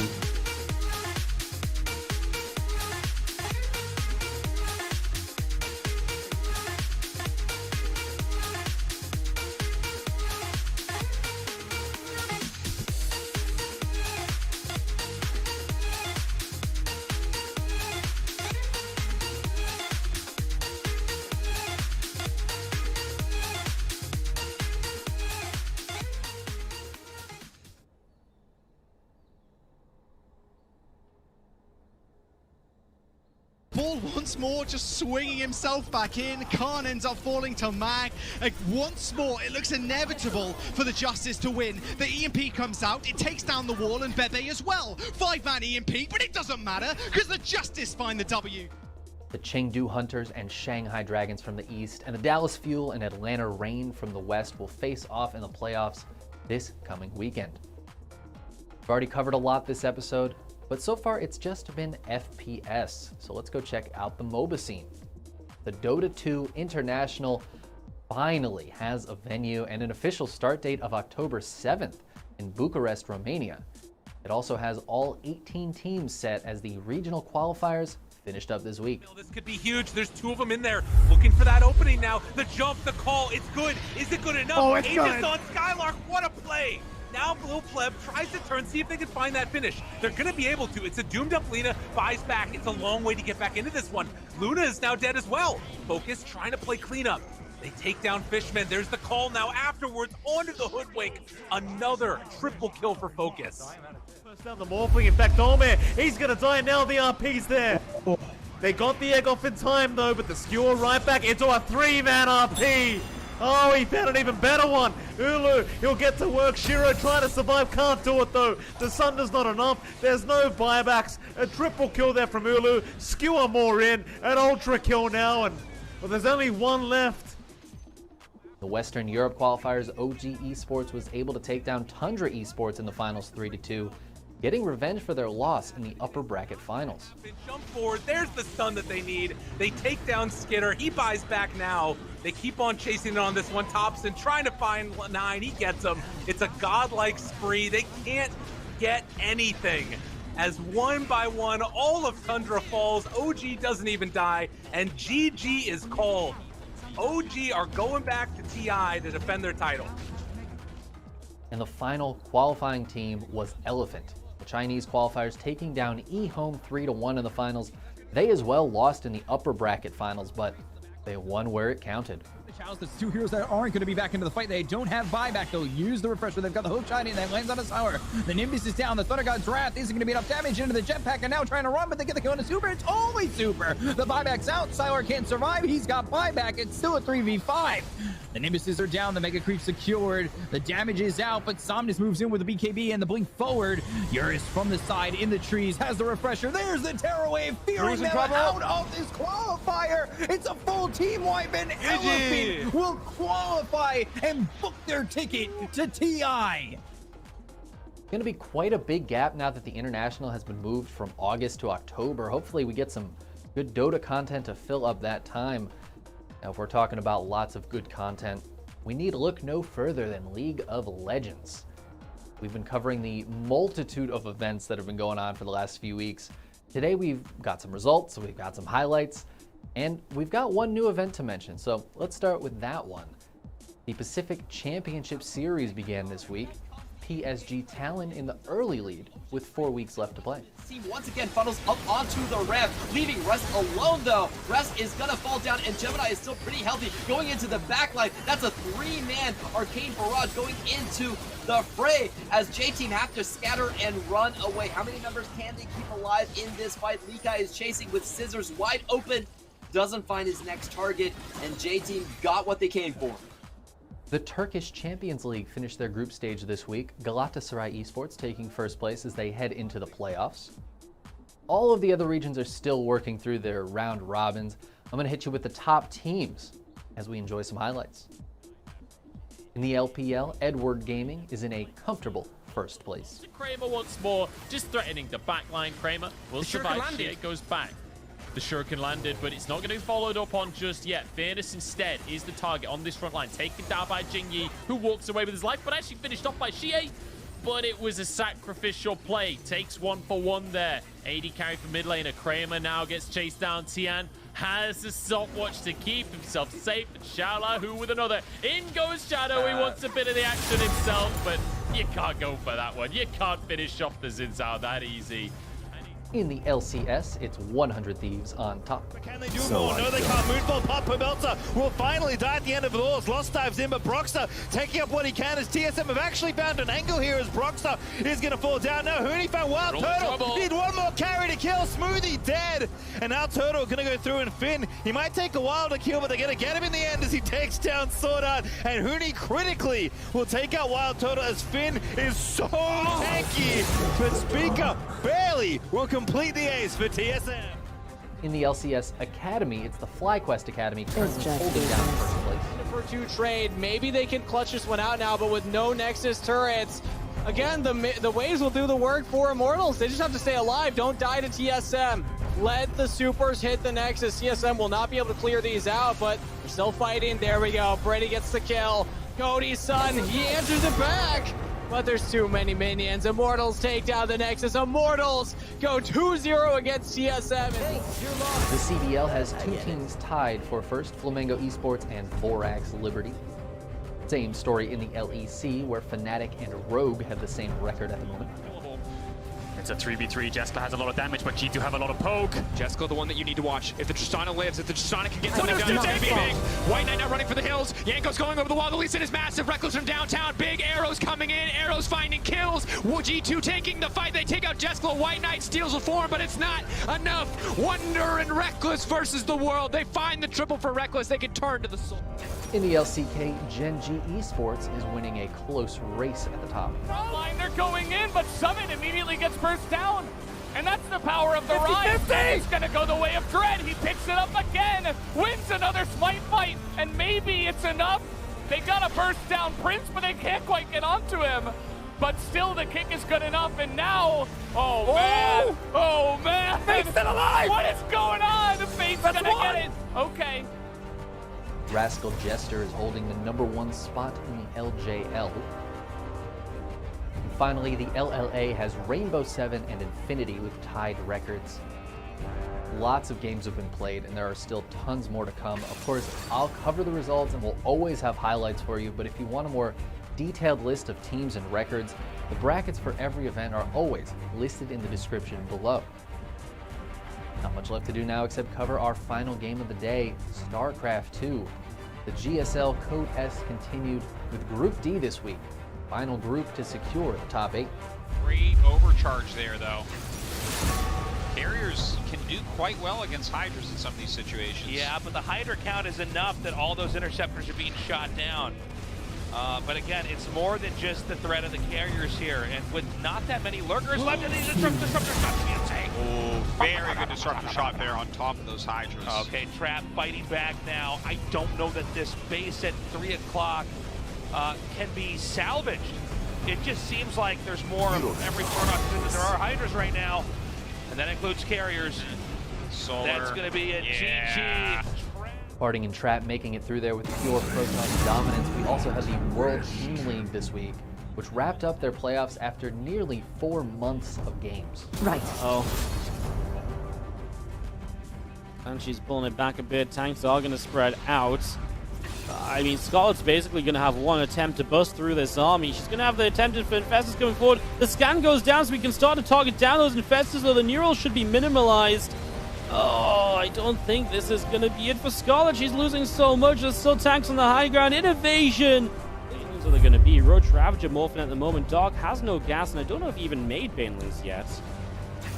Not to mention the fact that this map is just amazing for the positions you can take as the Terran player. So add that into the fact, right, that these tanks can fire from across the way. I don't think there's Banelings here, guys. The Ravager's going to drop some more piles. They will put another tank low. But Mara is here, and Mara is going to do it. And Team NV are gonna be the champions of the world. After a nearly undefeated season, Team NV takes the finals over Dragon Phoenix Gaming, the only team to beat them during their regular season, 5-3. There aren't many team leagues in StarCraft these days, so it is really cool to see which teams have the strongest rosters. Well, all that's left for us now is to wrap this episode up. If you enjoyed it, please hit that like button, and of course subscribe if you want to keep up with all the esports action. There is never a dull day in esports. As always, I've been the Chicken Man here for the Psystorm Esports Network. Thank you for watching, and I'll see you next time.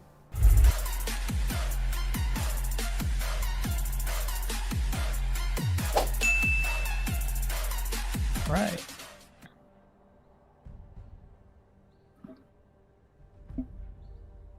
Hey, what is up, ladies and gentlemen? Welcome back to the League and Cop series. We are now about to head into Game 3 of Team Rocket versus Charlie and the PentaKill Factory. And we're seeing Neozone subbing back in for Mother Duck on the side of the PentaKill Factory. Mother Duck had a strong showing last game with his Draven going at a 14-2. So interesting to see them benching the hot hand, but that's all right. We'll have Charlie moving from the mid lane down to the ADC position. This man is really everywhere throughout these 3 games. Starting at the top lane, crushing it with that Mordekaiser, going into the mid lane, and now joining Jolly Boy down in the bot lane. Yep, and I think interesting to see is that I think both teams definitely learned some lessons in choosing who to ban, especially with that Nocturne ban. Leona, Ezreal. I know Ezreal could get really, really crazy when the games go on. So I think both teams are really looking good here.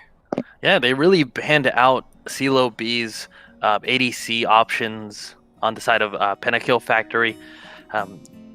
From last game, we had an early lead going to Nayoshi, who couldn't quite capitalize, but CeeLo B's Lucian did start to put on a lot of damage, but it was just too much from the PentaKill Factory's dive comp with the Nautilus, the Diana, and the Nocturne. As you can see over on the side of Team Rocket, they've banned 2 of those champions. Yep.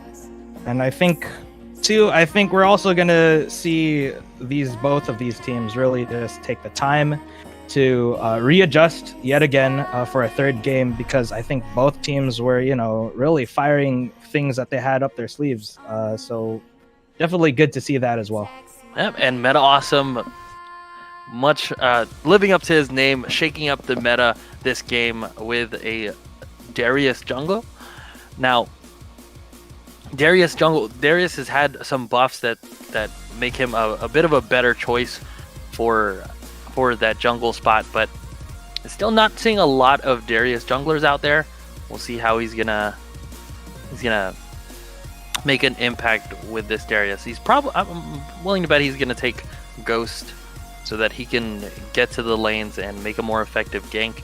Darius doesn't have a lot of movement speed abilities, and his hook is a bit of a short range hook, so expect to see that Ghost coming from him. I think we also see in these games really how important the jungle role really is, especially when it comes to ganking and especially securing kills as well. Again, it really helps the team out tremendously. I 100% agree with you. Shorty had a great game with that Nocturne earlier, really able to affect the map in its entirety, using that ult excellently. He was able to, again, as I mentioned earlier, be able to force flashes out of Team Rocket, which set up his laners to be a little bit more confident in their fights. And we're seeing the blitz off on Hercules.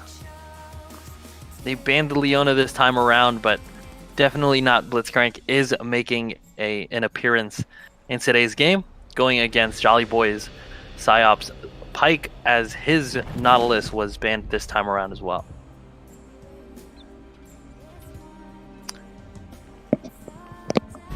We can see some pretty insane plays coming from that Blitzcrank. I'm already excited to see what Game 3 has in store for us. But, I still want to give Team Rocket that fighting chance, so I'm really, really hoping that this third game really goes to Team Rocket.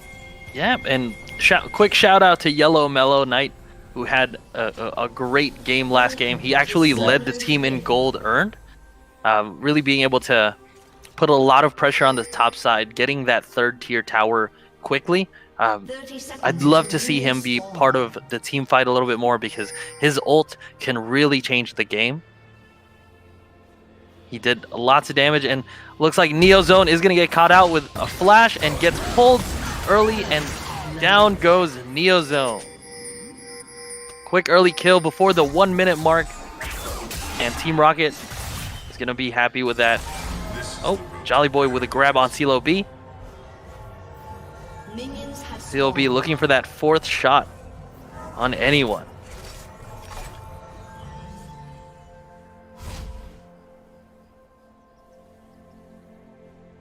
They're not quite going to get it, and they're all going to make their way back to their side of the jungle.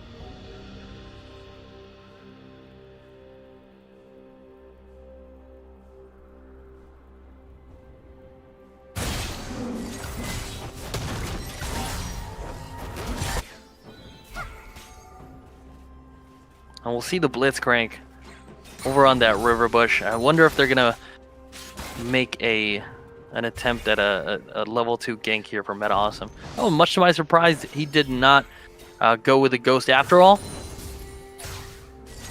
Looks like he's confident that he's going to be able to get some ganks off without needing the Ghost.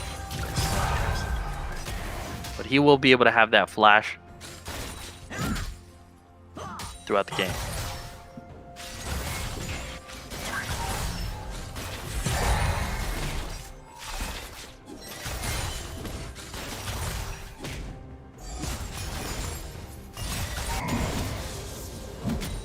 So the tough thing about Blitzcrank, his kit is really built around that hook that he has.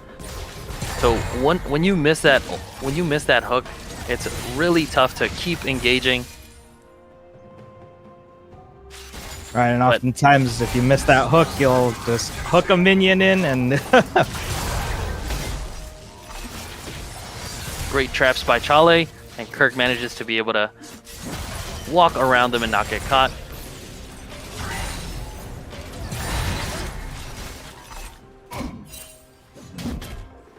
That great wave clear coming from Chale early in the game with Jinx's Q.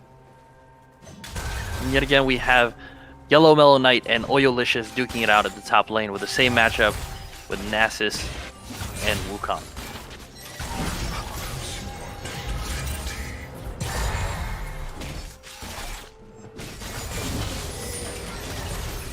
Darius there not giving up the Scuttle Crab over on the top side river. Chasing away the Tryndamere.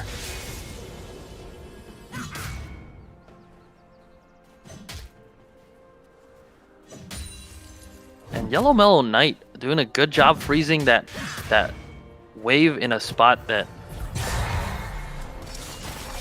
is going to be really great for him. In this position, Nasus is a little bit pushed up. Although, you know, his jungler is on the other side of the map. Oyolicious doesn't know that, so he'll have to be really careful.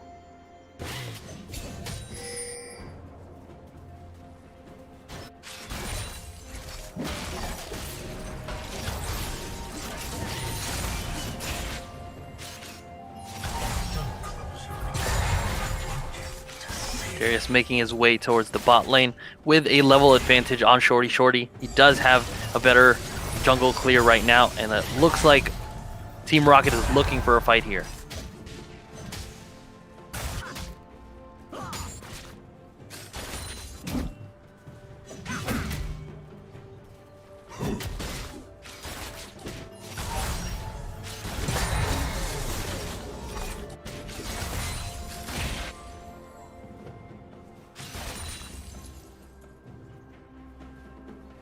So we approach the 5-minute mark. The first dragon is going to be up. First dragon being the Ocean Drake. And Team Rocket in a good position to be able to capture that dragon early on.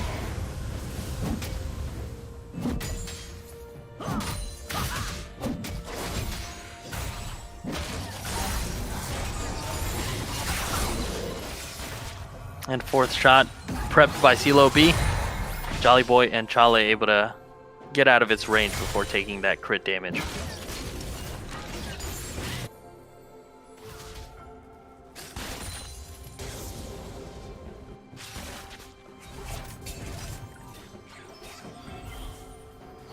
So Nayoshi being able to bully the Annie from Neo Zone here.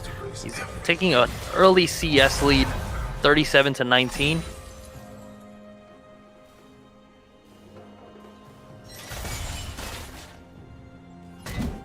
Neo Zone, who we usually see down in the support lane with the Annie over in mid lane.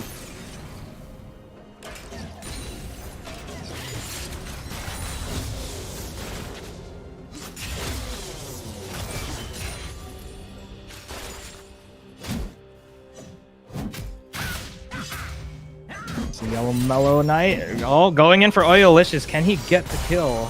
Looks like we're just gonna be chilling around here.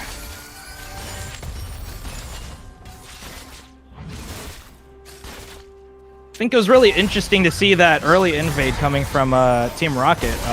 You know, because usually we see them not being so aggressive early, but things are gonna get really interesting here coming up.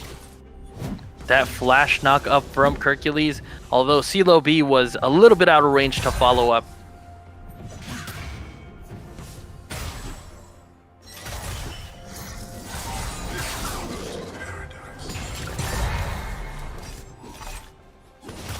So for those that are new to League, you'll notice these icons on the floor along the bot lane especially. Those are summoner spells coming from the side of Team Rocket. The reason those are there is because of Nayoshi's champion Zoe. Zoe is able to pick up all of those abilities that other players around the map are using. which makes for a great outplay potential, so she'll have access to multiple summoner spells as the game goes along.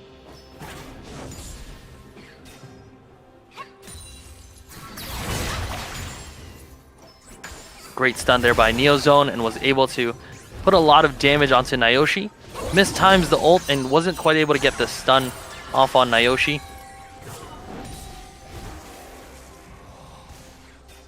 But still dealt a significant amount of damage.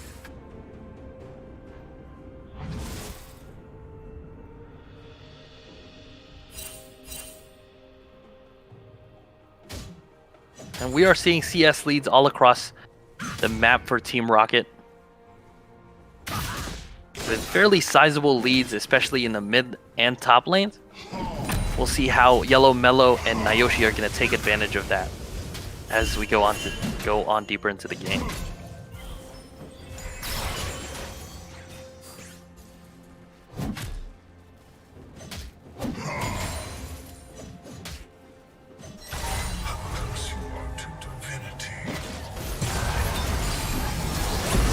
And Shorty unaware that Meta Awesome was hiding in the river all along, gets counter ganked, has to pop his ult, and Jin able to just sit back and throw his ult. That's 2 kills coming to the side of Team Rocket.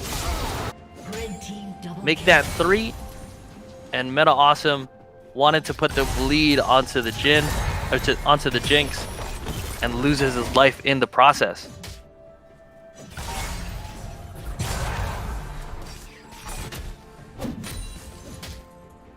So 3 kills going to the side of Team Rocket there, and they're able to take plates. What a great exchange, putting them up 3,000 gold ahead of the PentaKill factory. So we're seeing Nasus engage in a fight here, but he is hammering away at a clone.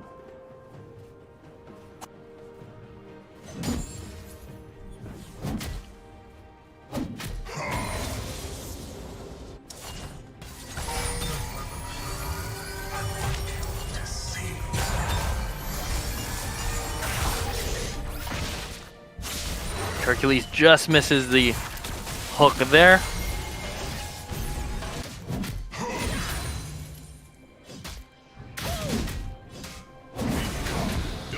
Shorty making his way up top, forcing a flash out of Yellow Mellow Knight. Yep, Yellow Mellow caused to recall right there. Or maybe he's just gonna pop a health potion, who knows? But honestly, some great stuff we're seeing here. We saw this in the last game again, where Team Rocket was having a very promising lead, and let's just hope that they can keep it up this time all the way to the end and really just carry it and win the game. Absolutely, we should expect to see a little bit more aggression coming from the side of Team Rocket. Like you mentioned, they had such a great lead in the last game, and which snowballed a bit as CeeLo B started to put on the damage with Lucian. And we're seeing much of the same, but not so much on the kills on in the mid lane here. Nasus with the slow on Yellow Mellow Knight and able to hammer away them. Knight not quite getting the kill. Chale was pulled into the dragon and killed almost instantly. Nayoshi going with a slay for Jolly Boy. Hercules coming. Things looking really good here for Team Rocket. And with Jinx just respawning and Jolly Boy still down, this is going to be a great opportunity for them to take this dragon. Although they don't have the jungler on their side. So Shorty here looking to make a play to steal this dragon. Great zoning from Nayoshi and Hercules here as they now try to start the fight. Nayoshi able to sneak out.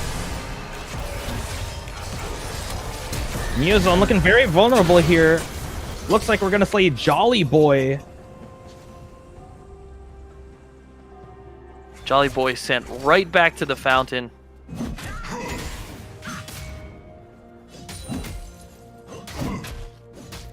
bit of a misplay there coming from the side of PentaKill Factory. After the dragon was taken, they should have just disengaged there. But I know that they recognized that the enemy jungler wasn't around, so I'm sure that the dragon looked really tasty for them to try to steal away.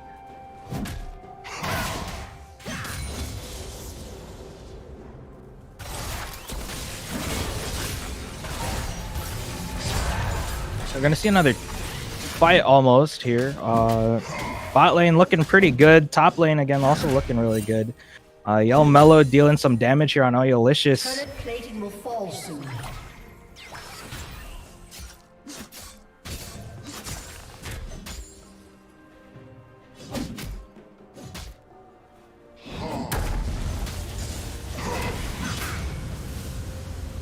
And good damage coming from Yellow Mellow Knight, chunking Oyolicious down to half health.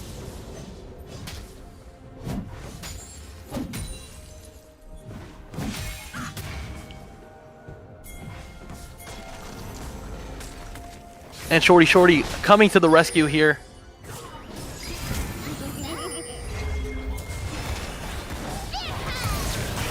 Nayoshi a little bit of trouble here as Tibbers continues to chase down him, and he's gonna be shut down. Shorty looking really low here. Here comes Yellow Mellow, stuck in a predicament, trying to figure out if he should go for it, and it looks like he's gonna go back.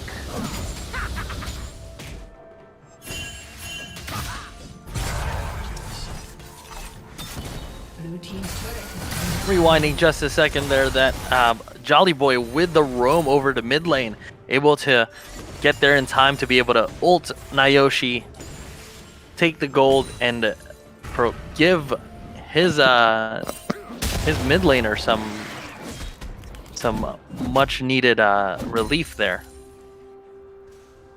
Looks like Meta Awesome is going to go for the solo on the Rift Herald and summon it to their advantage.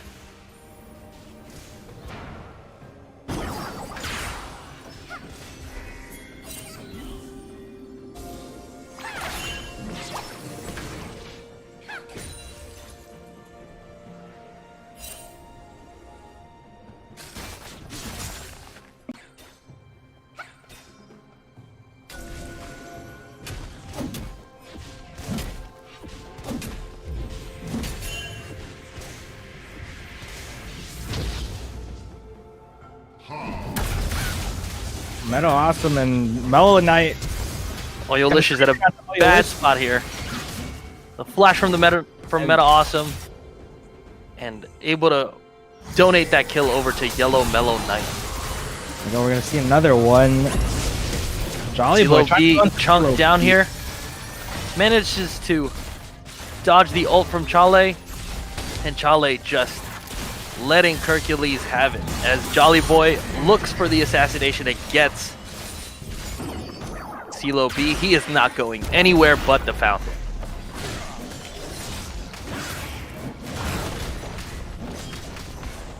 So just great play from Team Rocket all throughout. Nayoshi gets caught by the Jolly Boy here. Jolly Boy ults, but doesn't quite get it before he gets killed by the Zoe. And Chale just tearing into them as they focus his support. Shorty getting heavily focused by Yellow Mellow.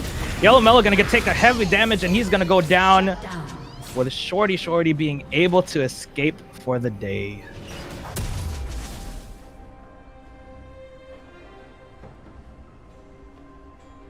And the dragon is up in 30 seconds. This dragon being the Cloud Drake, providing movement speed and cooldown reduction.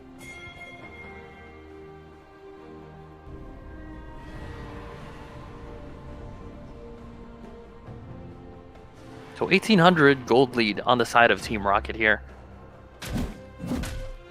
Much like we saw in the first game, they were ahead for most of the game. Great sleepy trouble bubble by the Zoe, landing onto Shorty. As Team Rocket starts the dragon here, Charlie and the Chocolate Factory were a little bit out of position, and red team are able to secure that dragon. Nayoshi puts on the damage to Shorty, but not quite gets the kill. I love these top lane battles. They're so great. Yeah, I kind of want to see them just duke it out right now. Oh, looks like Oyolicious is retreating a bit. Get some cooldowns back up. Charlie, not letting Meta Awesome take those Raptors without taking some damage there.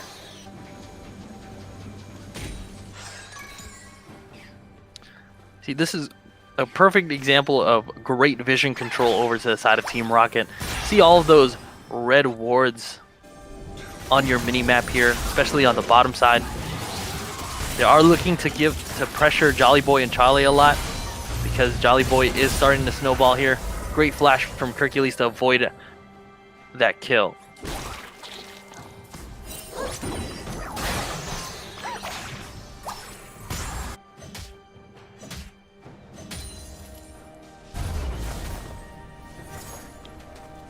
So both Nayoshi and Wukong are significantly significantly ahead against their matchups, but they're not as aggressive as I was hoping them to be. Yellow Mellow Knight being caught out here with Shorty. Gets feared, and Yellow Mellow Knight able to fight back. Oh, and not quite surviving Tryndamere ult. Jolly Boy there for insurance, in case his Tryndamere went down, but no need for it.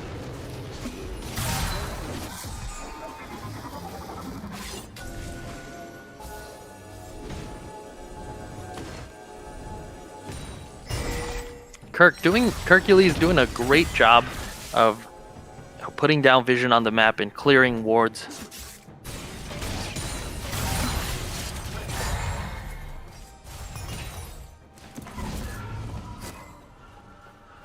Looks like we're seeing 3 down mid from Team Rocket here. I wonder what they're trying to get planned here for a second.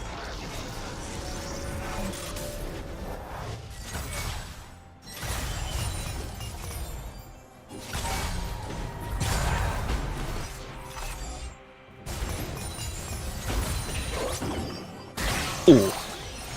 Again, Nayoshi with those skill shots here. Neozone gonna get pulled in. Neozone looking really low now. Neozone down. Team Rocket is... Man, these are some great matches right now. Let me tell you. They're gonna get another Shorty. Shorty is gonna go down. Jolly Boy looking really, really low here. Charlie goes down. Charlie is down. Oyolicious here against Yellow Mellow once again.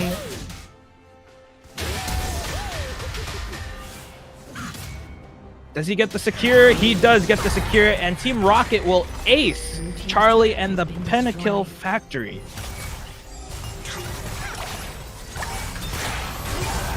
What a great siege coming from Team Rocket there as they set their sights onto Baron, following wiping nearly all of the... Oh, yeah, they got the ace. Yeah, wiping out the entire PentaKill Factory.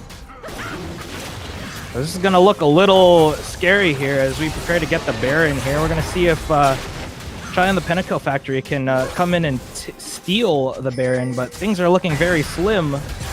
Their jungler is not quite in position, so they'll have to rely on an ult possibly from Jolly Boy if there's any chance in them taking this, but it looks like PentaKill Factory... Oh, the Jinx ult nearly gets it. So close, but Team Rocket takes the Baron, and this is going to be looking very promising, especially because Team Rocket is going to be staying out on top here against Charlie and the PentaKill Factory.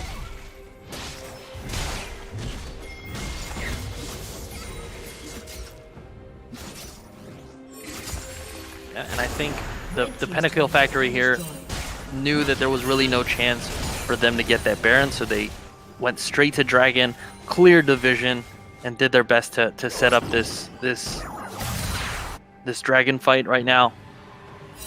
Although we are seeing the Nasus separated, he has the TP up, so we'll see if he's gonna make the right call and join for the fight, as this is gonna look to be a point soul for Team Rocket. Still no TP coming. That was a hook by Hercules onto the Tryndamere, and lots of focus onto this Annie right now. Becomes an amazing team fight here, and man, oh man, Charlie and the PentaKill Factory really just having to retreat here, and Team Rocket are gonna go ahead and take that dragon as well. Yeah, they took too much damage and prolonged the fight too long. I think if they wanted any chance of taking that dragon, they needed to be decisive and pick somebody off. Yet again, they took too much damage, didn't have the Nasus with them, so ultimately they had to give that up. Which puts them in a really bad spot for the next dragon, as they have to take that, especially because it is an Infernal Drake. An Infernal Soul, excuse me.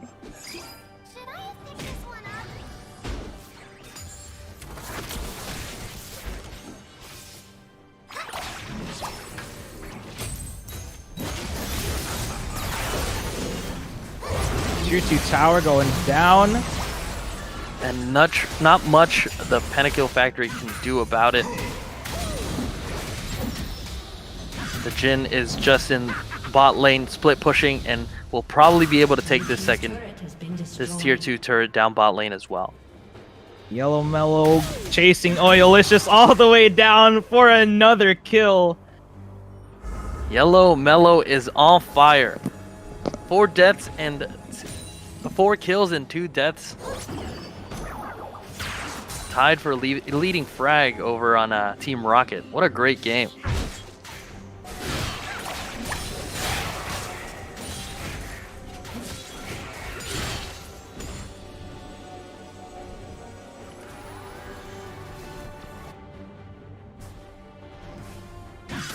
Charlie and the PentaKill Factory have a second to reset here. Looks like Yellow Mellow is tasked with killing Shorty. Shorty going all the way down. Shorty almost dead, but eventually the Wukong gonna fall.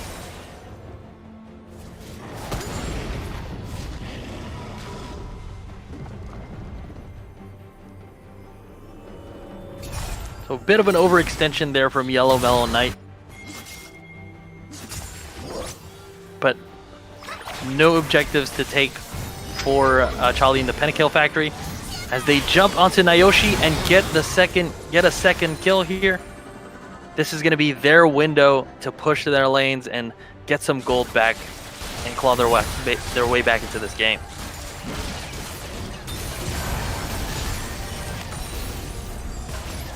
Looks like the 3 in mid are going to have to play a defensive strat here, and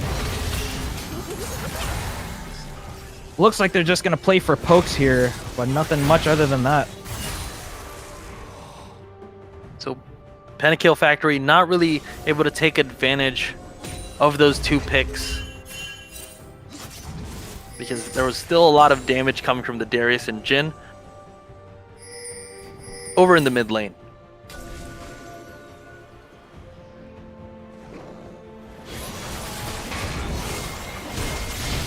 Shorty stuck in between Hercules and Meta Awesome. Shorty's gonna go fly away from here. She gets rooted. Stunned by Jhin. Nowhere to go. Shorty goes down.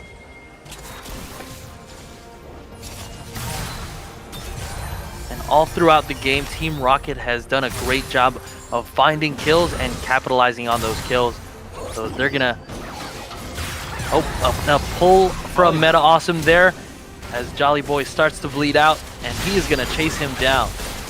Hercules in a little bit of trouble here. Neozone dealing a lot of damage here. Neozone's going to go almost to 1/8 of her health. And Jolly Boy eventually going down to Meta Awesome. Such a great grab from Meta Awesome right there. Chale able to take CeeLo B down at the cost of his own life, as Hercules puts on the finishing touches. And the drag is about to come up. Again, this is going to be Infernal Soul for Team Rocket if they're able to capture this.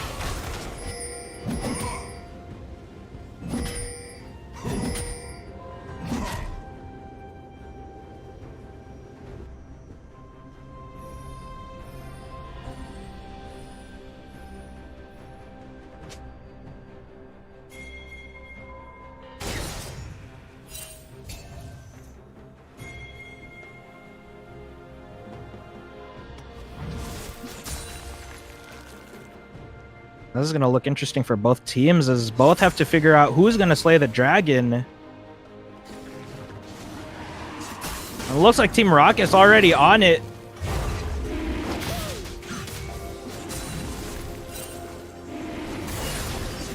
Are going to have to look to fight this, because Infernal Soul is going to be tough to come back from.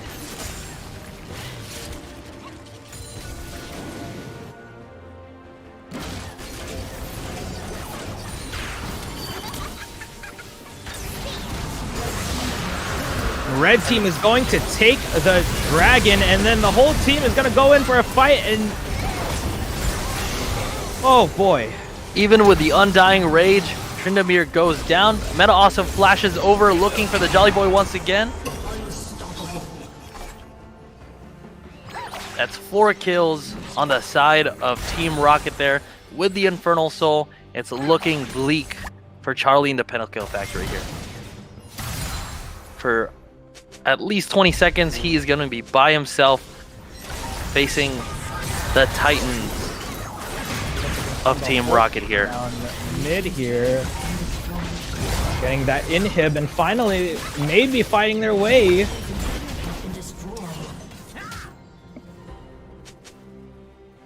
And it looks like Team Rocket is going to play it safe and head towards Baron. Excuse me, everybody's up, so that's not playing it safe. That's exactly the right thing that they should be doing. Here we go with the engage on the Baron. Now Charlie and the PentaKill factory are tasked with figuring out what to do in order to get this Baron. Do they engage? Do they sit back?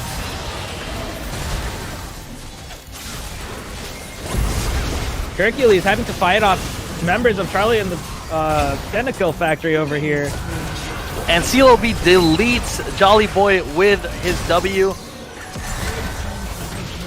Oh! Neozone is taken down as well with Shorty. Not long for life here. Having to retreat in the wrong direction. Team Rocket is going to make a play to close this game out right here or right now. Good damage coming from Jin, and as Charlie makes his way back into the fight, gets pulled instantly and is instantly deleted. Oilicious is the only one left, and CeeLo is looking to kill. One more tower, and this game looks like it's going to be going to Team Rocket. And they will not be swept today. Team Rocket closing off this third game in fantastic fashion. What a great game all around, and CeeLo shining with a 9-2-12 at the end of the day here. Yeah, absolutely. We saw, again, great performance from both teams over here. Turns out, Team Rocket's going to be able to just adjust and get that game right off the bat. Easy dubs. Great job for Team Rocket. So what we saw last game, Lucian starting to take off, and CeeLo really coming into his own this last game, putting up huge numbers, great CS, great kills, and just great positioning with Hercules by his side throughout that whole game. They were able to take advantage of that early lead and really snowball throughout the game.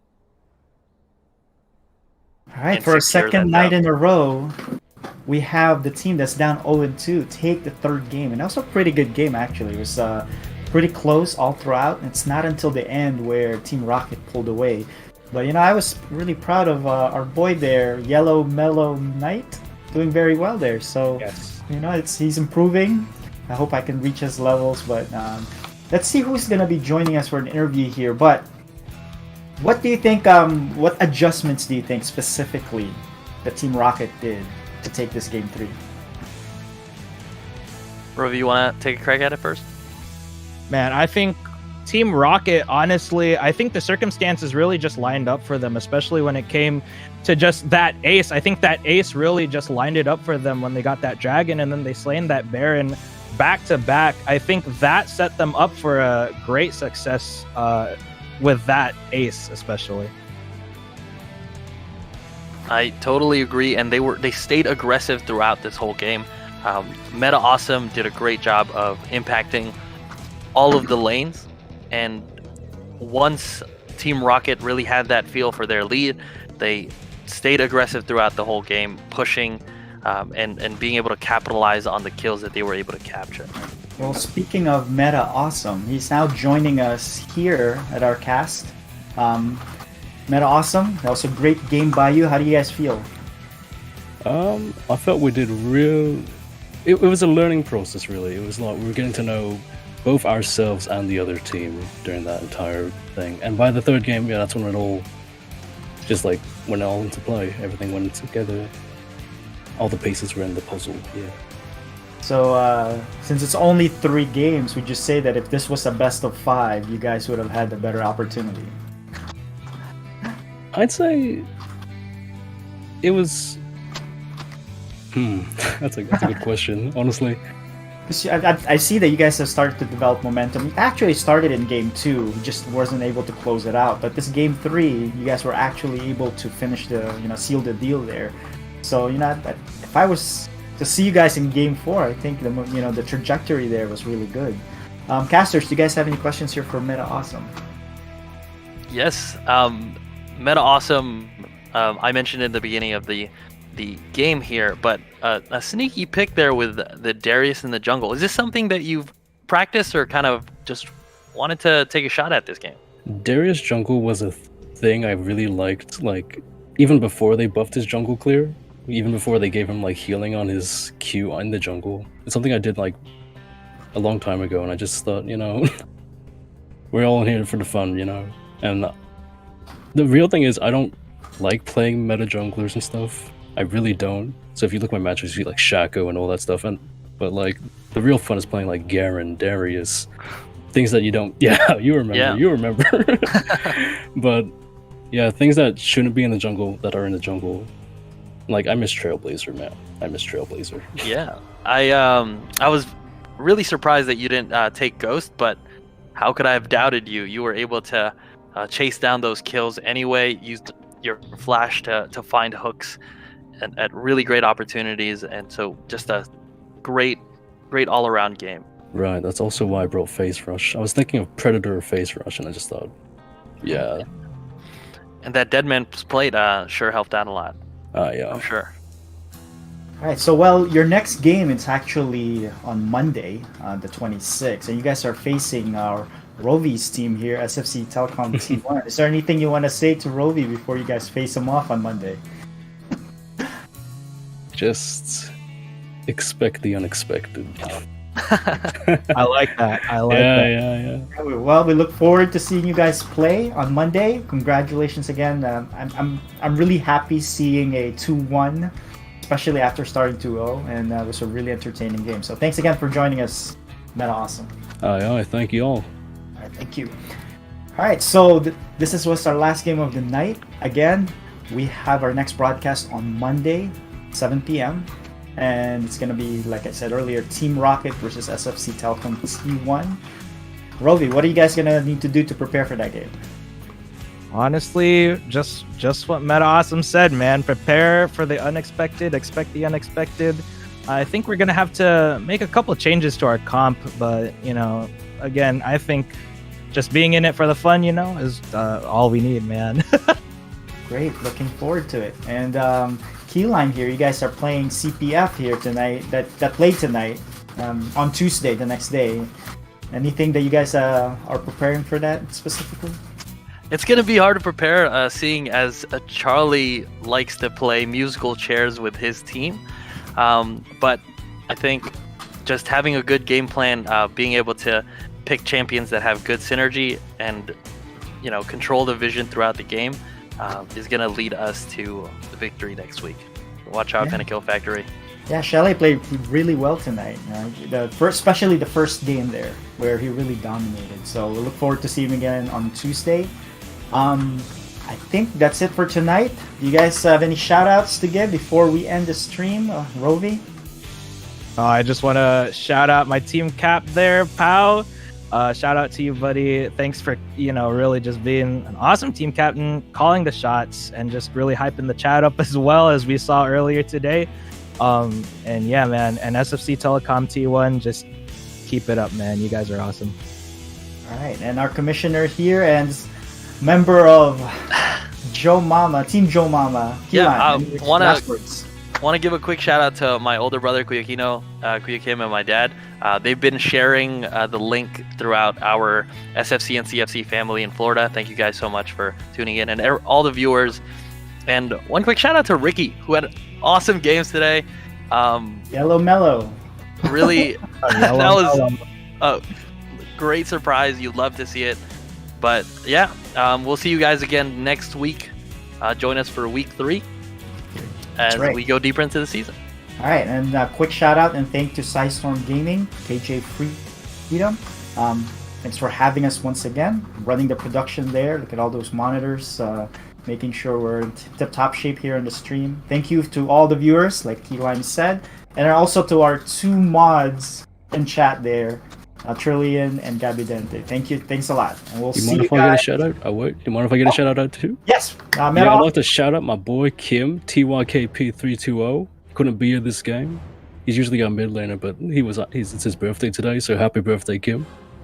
And yeah, that's why we were stuck with 5 that game. So well, we'll look forward to seeing him on Monday. Maybe all right, so that does it for tonight's cast. We'll see you guys Monday.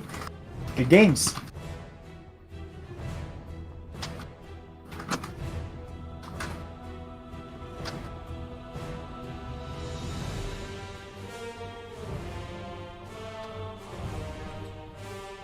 Alright, we're off.